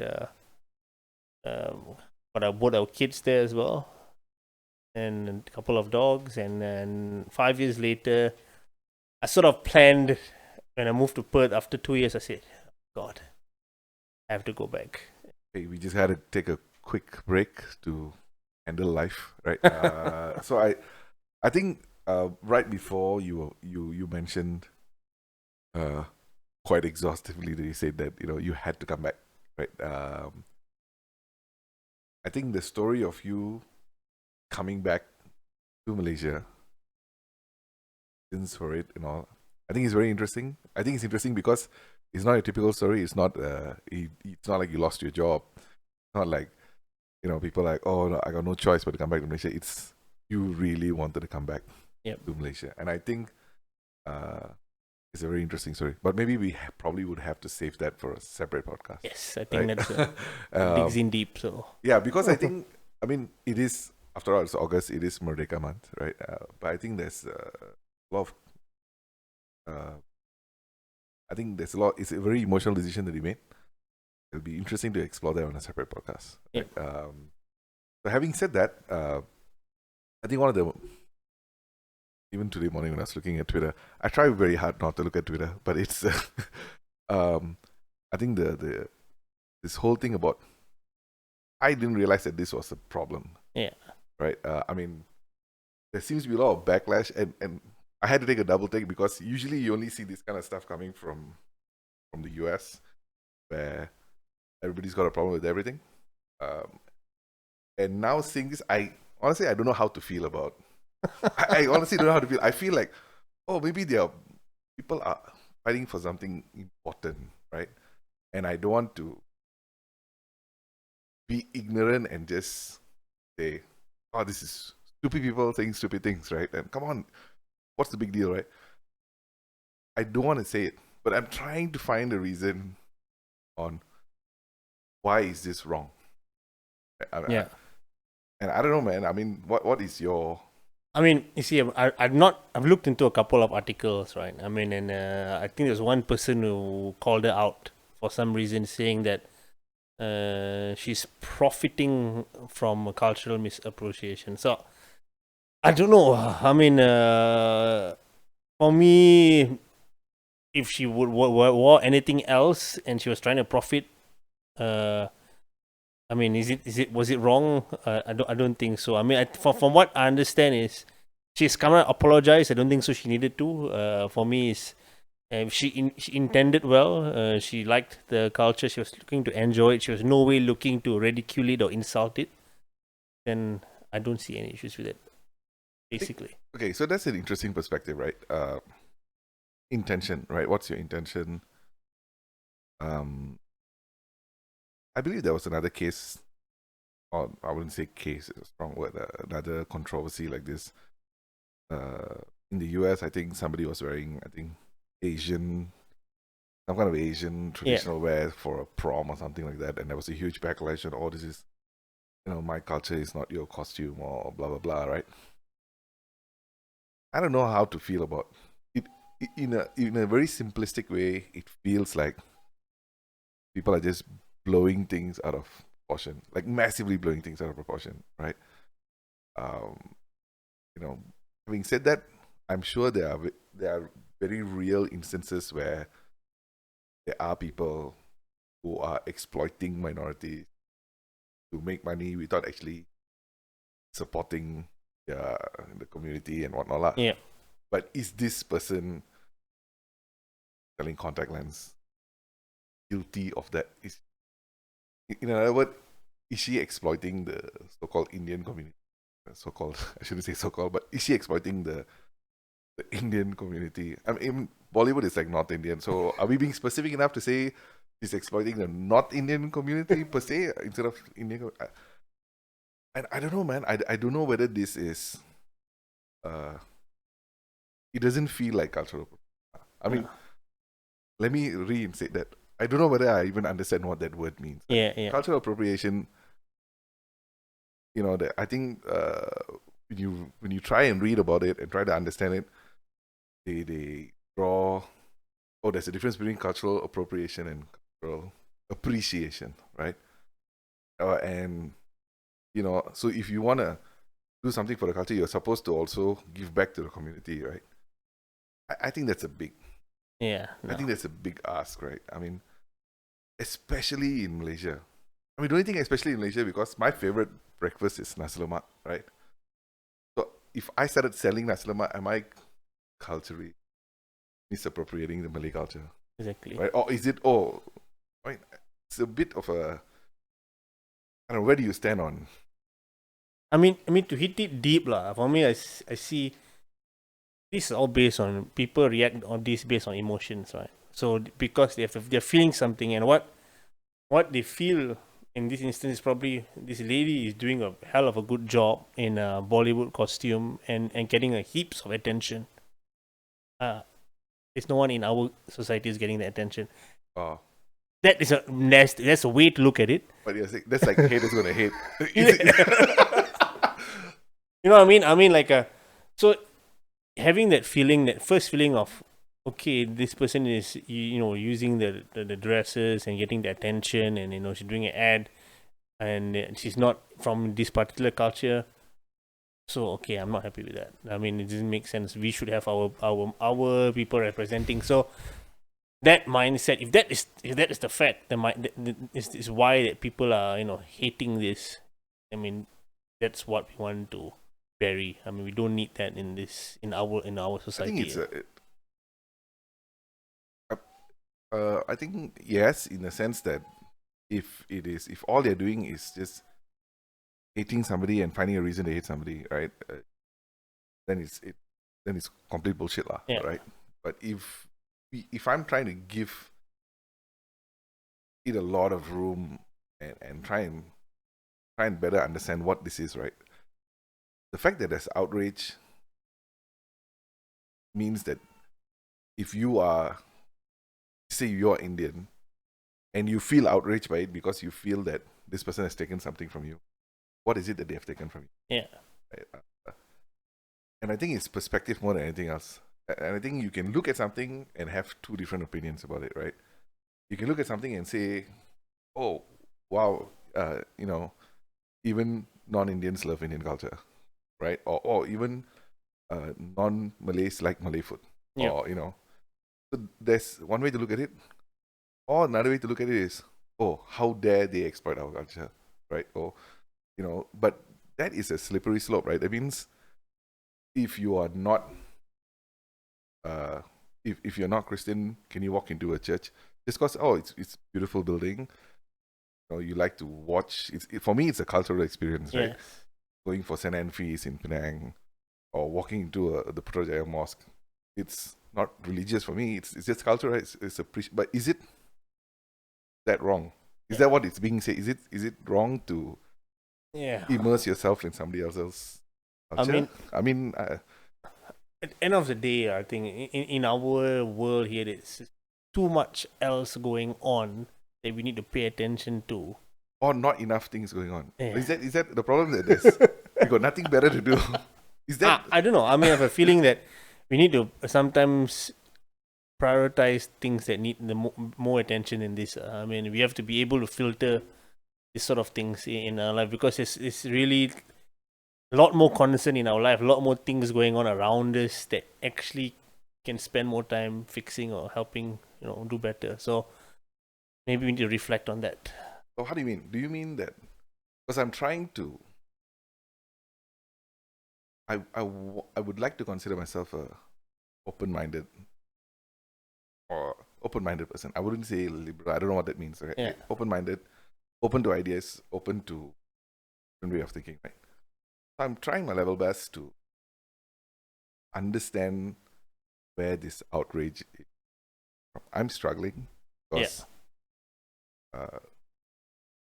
my experience is, man, beauty of Malaysia is that we're so multicultural, right? It's freaking.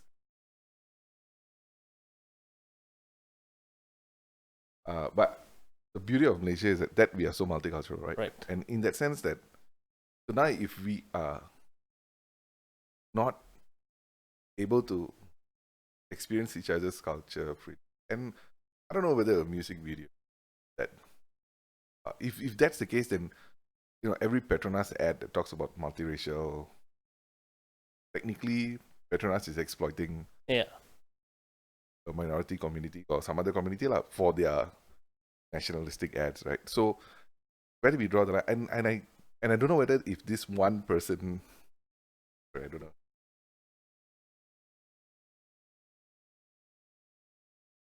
Feels right. If this one person is the one responsible, if you are saying, oh, Indians are being, the minority are being, I don't know, not treated well, is she the one not treating them well? Or is she the one that is, she thinks it's cool, right? She thinks the Bollywood culture is cool and whatnot. Exactly. And for me, it's a promotion rather than anything else. For me, I don't know if it's a promotion because I'm Indian. Right? I'm actually from India. Not that it matters, right? But I don't think Bollywood represents me per se, right? it's a facet of our society, right? Right.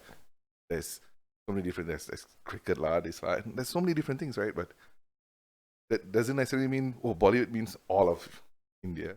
Especially doesn't mean Malaysian Indians, right? I don't know whether if it means, but I don't know why we're getting upset though. But I don't even know if Bollywood means Malaysian Indians. But do we have ownership on it? Right? Do we all wear traditional clothes and go out all the time? Right? I don't know where the line is that is.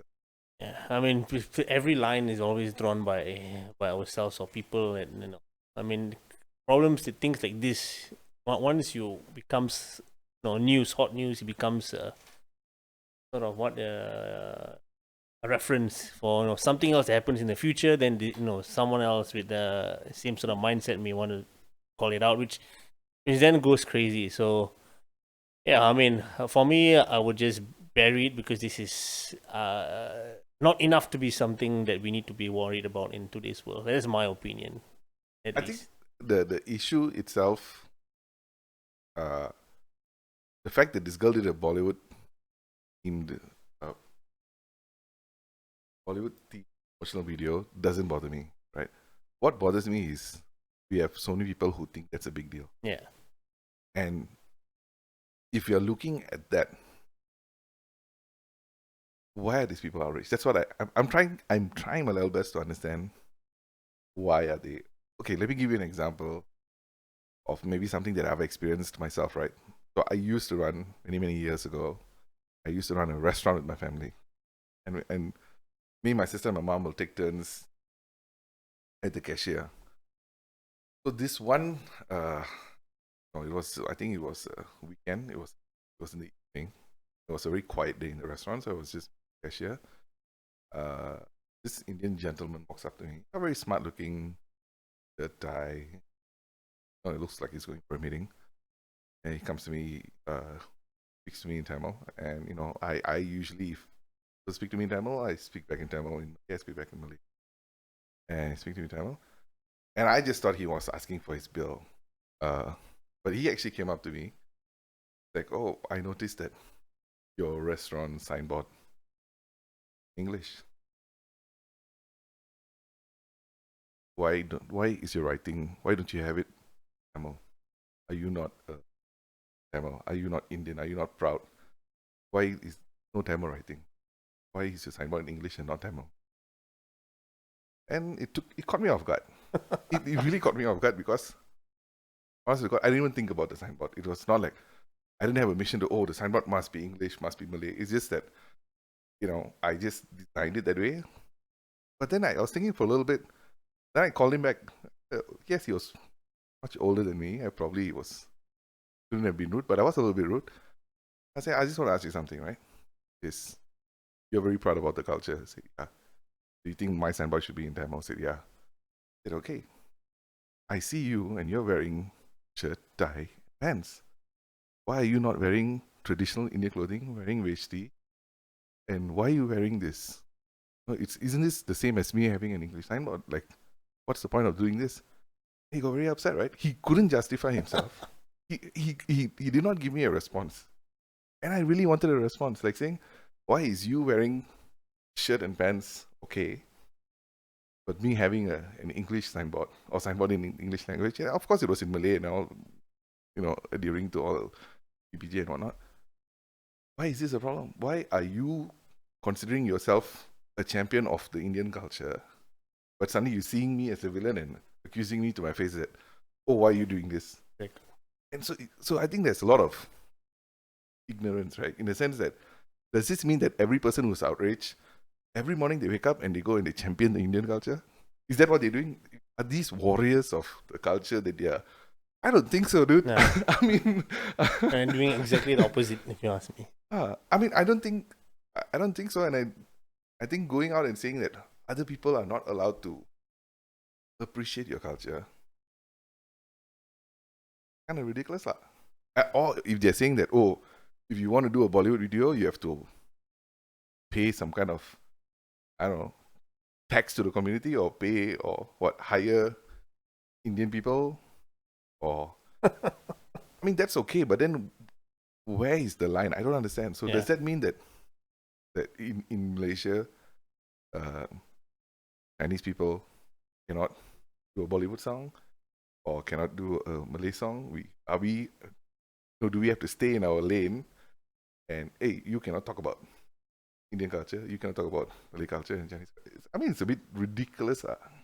No, I mean, that's why I see it as like, especially in a country like Malaysia. I mean, for me, I feel like I'm still hoping that the people that voice out all this stuff are the minorities. I think majority, I hope, still have a little bit of So you're saying rationalize. the people that are voicing out are just a small group of people. I mean, usually the Because you understand empty cans makes loudest noise, right? but That's just the you're saying case. like when you say minorities, I think the consensus is that Indians are the minorities in Malaysia. I would say minorities of the minorities. Yeah, I mean, I hope somebody can put across a valid point Yeah. but so far from what I read is just that it almost sounds like we are just echoing Western idea of they call it, I think, social justice warrior. You make noise for the sake of making noise, and you want to be outraged by everything. This feels like that. Yeah. I don't know if it is, and I wish I can talk to somebody who can really educate me on this. I would like to hear that. Yeah, but this argument and this video, man, I don't see. I mean, feels such a backward step. Right? It feels like a backward step, right? It feels like all those Petronas ads have not done anything, and we're just back to, Chinese must be Chinese, Indians must be Indian, Malays must be Malay, and we all have to speak our own languages and do our own thing. And there's a cost to it. I mean, if you're going to speak out, I think that one lady spoke out and called her out, and she had to close her Twitter account because she got hammered, I think, pretty bad. So when you want to say something, who bad by what? By a lot of general public. A lot of general public spoke against her saying something about cultural misappropriation. So, I mean, so there is a cost, for you to take a step like that. You got to really think before you do and put something out to public where, you're going to get relatively hammered significantly, and that's the price you have to pay. I mean, there's no running away from it. If you do it, you got to own up to it and accept the consequences, because and that's the social media life. So. But if we are being literal, if you're being literal, but if we are being literal, what's a bog?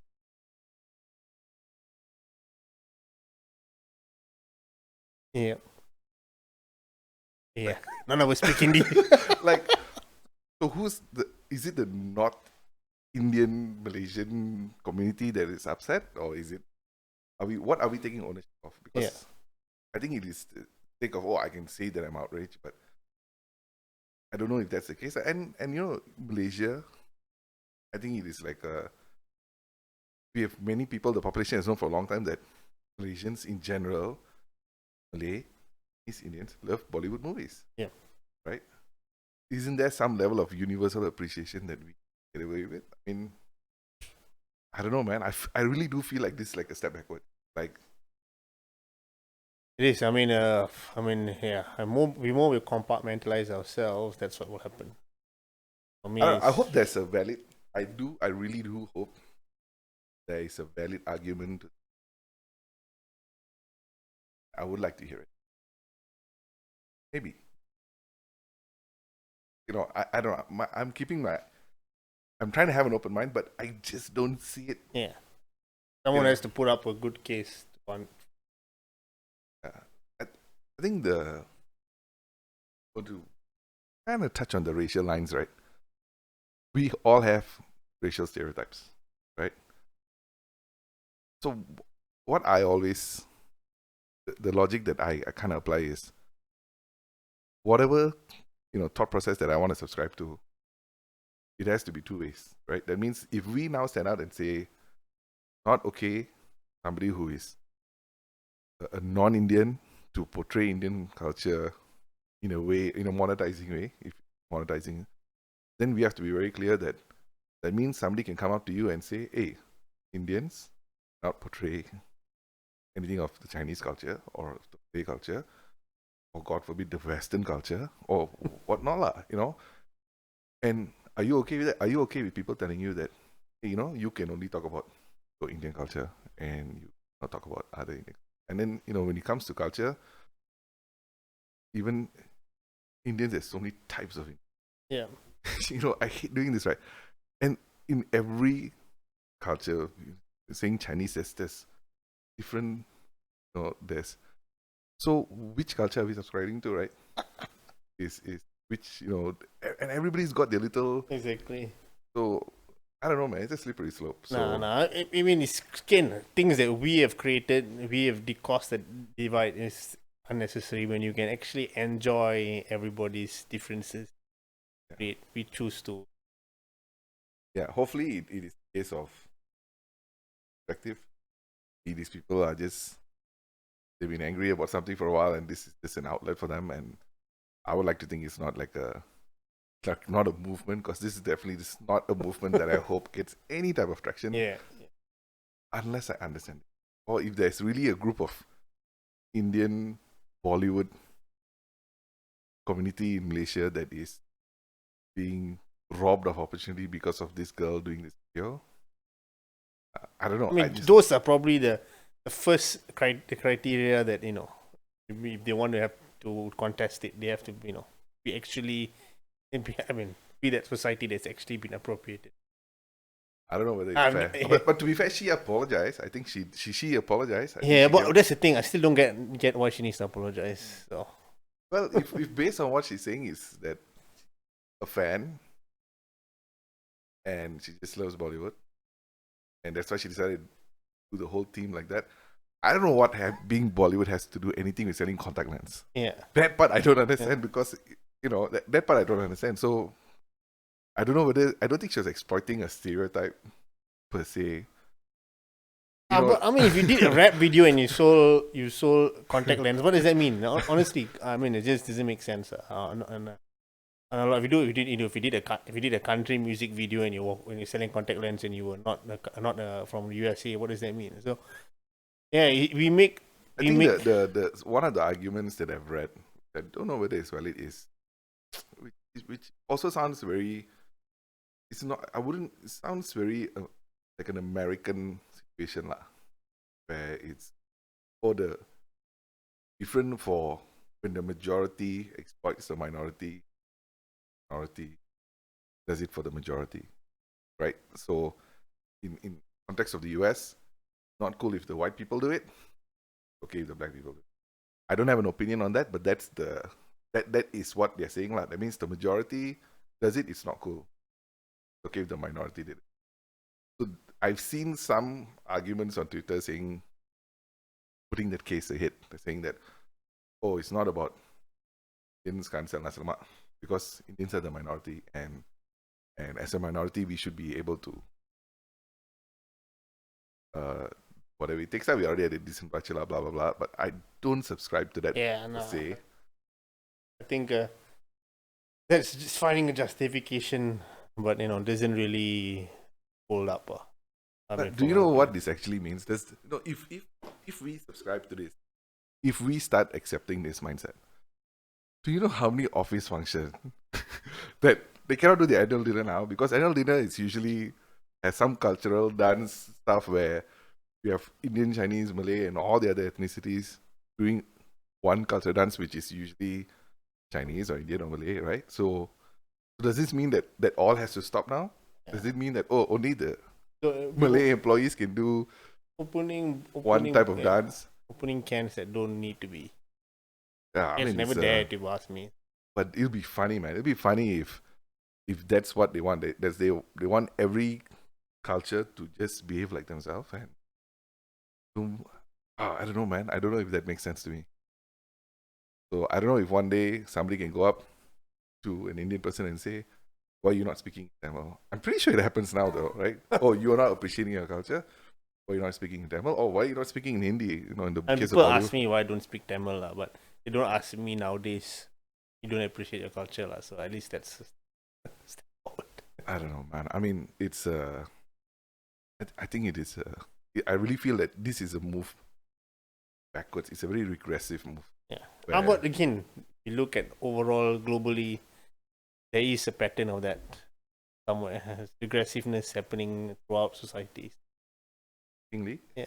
yes. I mean, is if Donald Trump wins again, then it's a definite sign that oh yeah, America is on a little bit of a decline. Yeah. But they have a history of doing that. I mean, Bush won twice, so it was not So they have a history of repeating those kind of things. So, Yeah.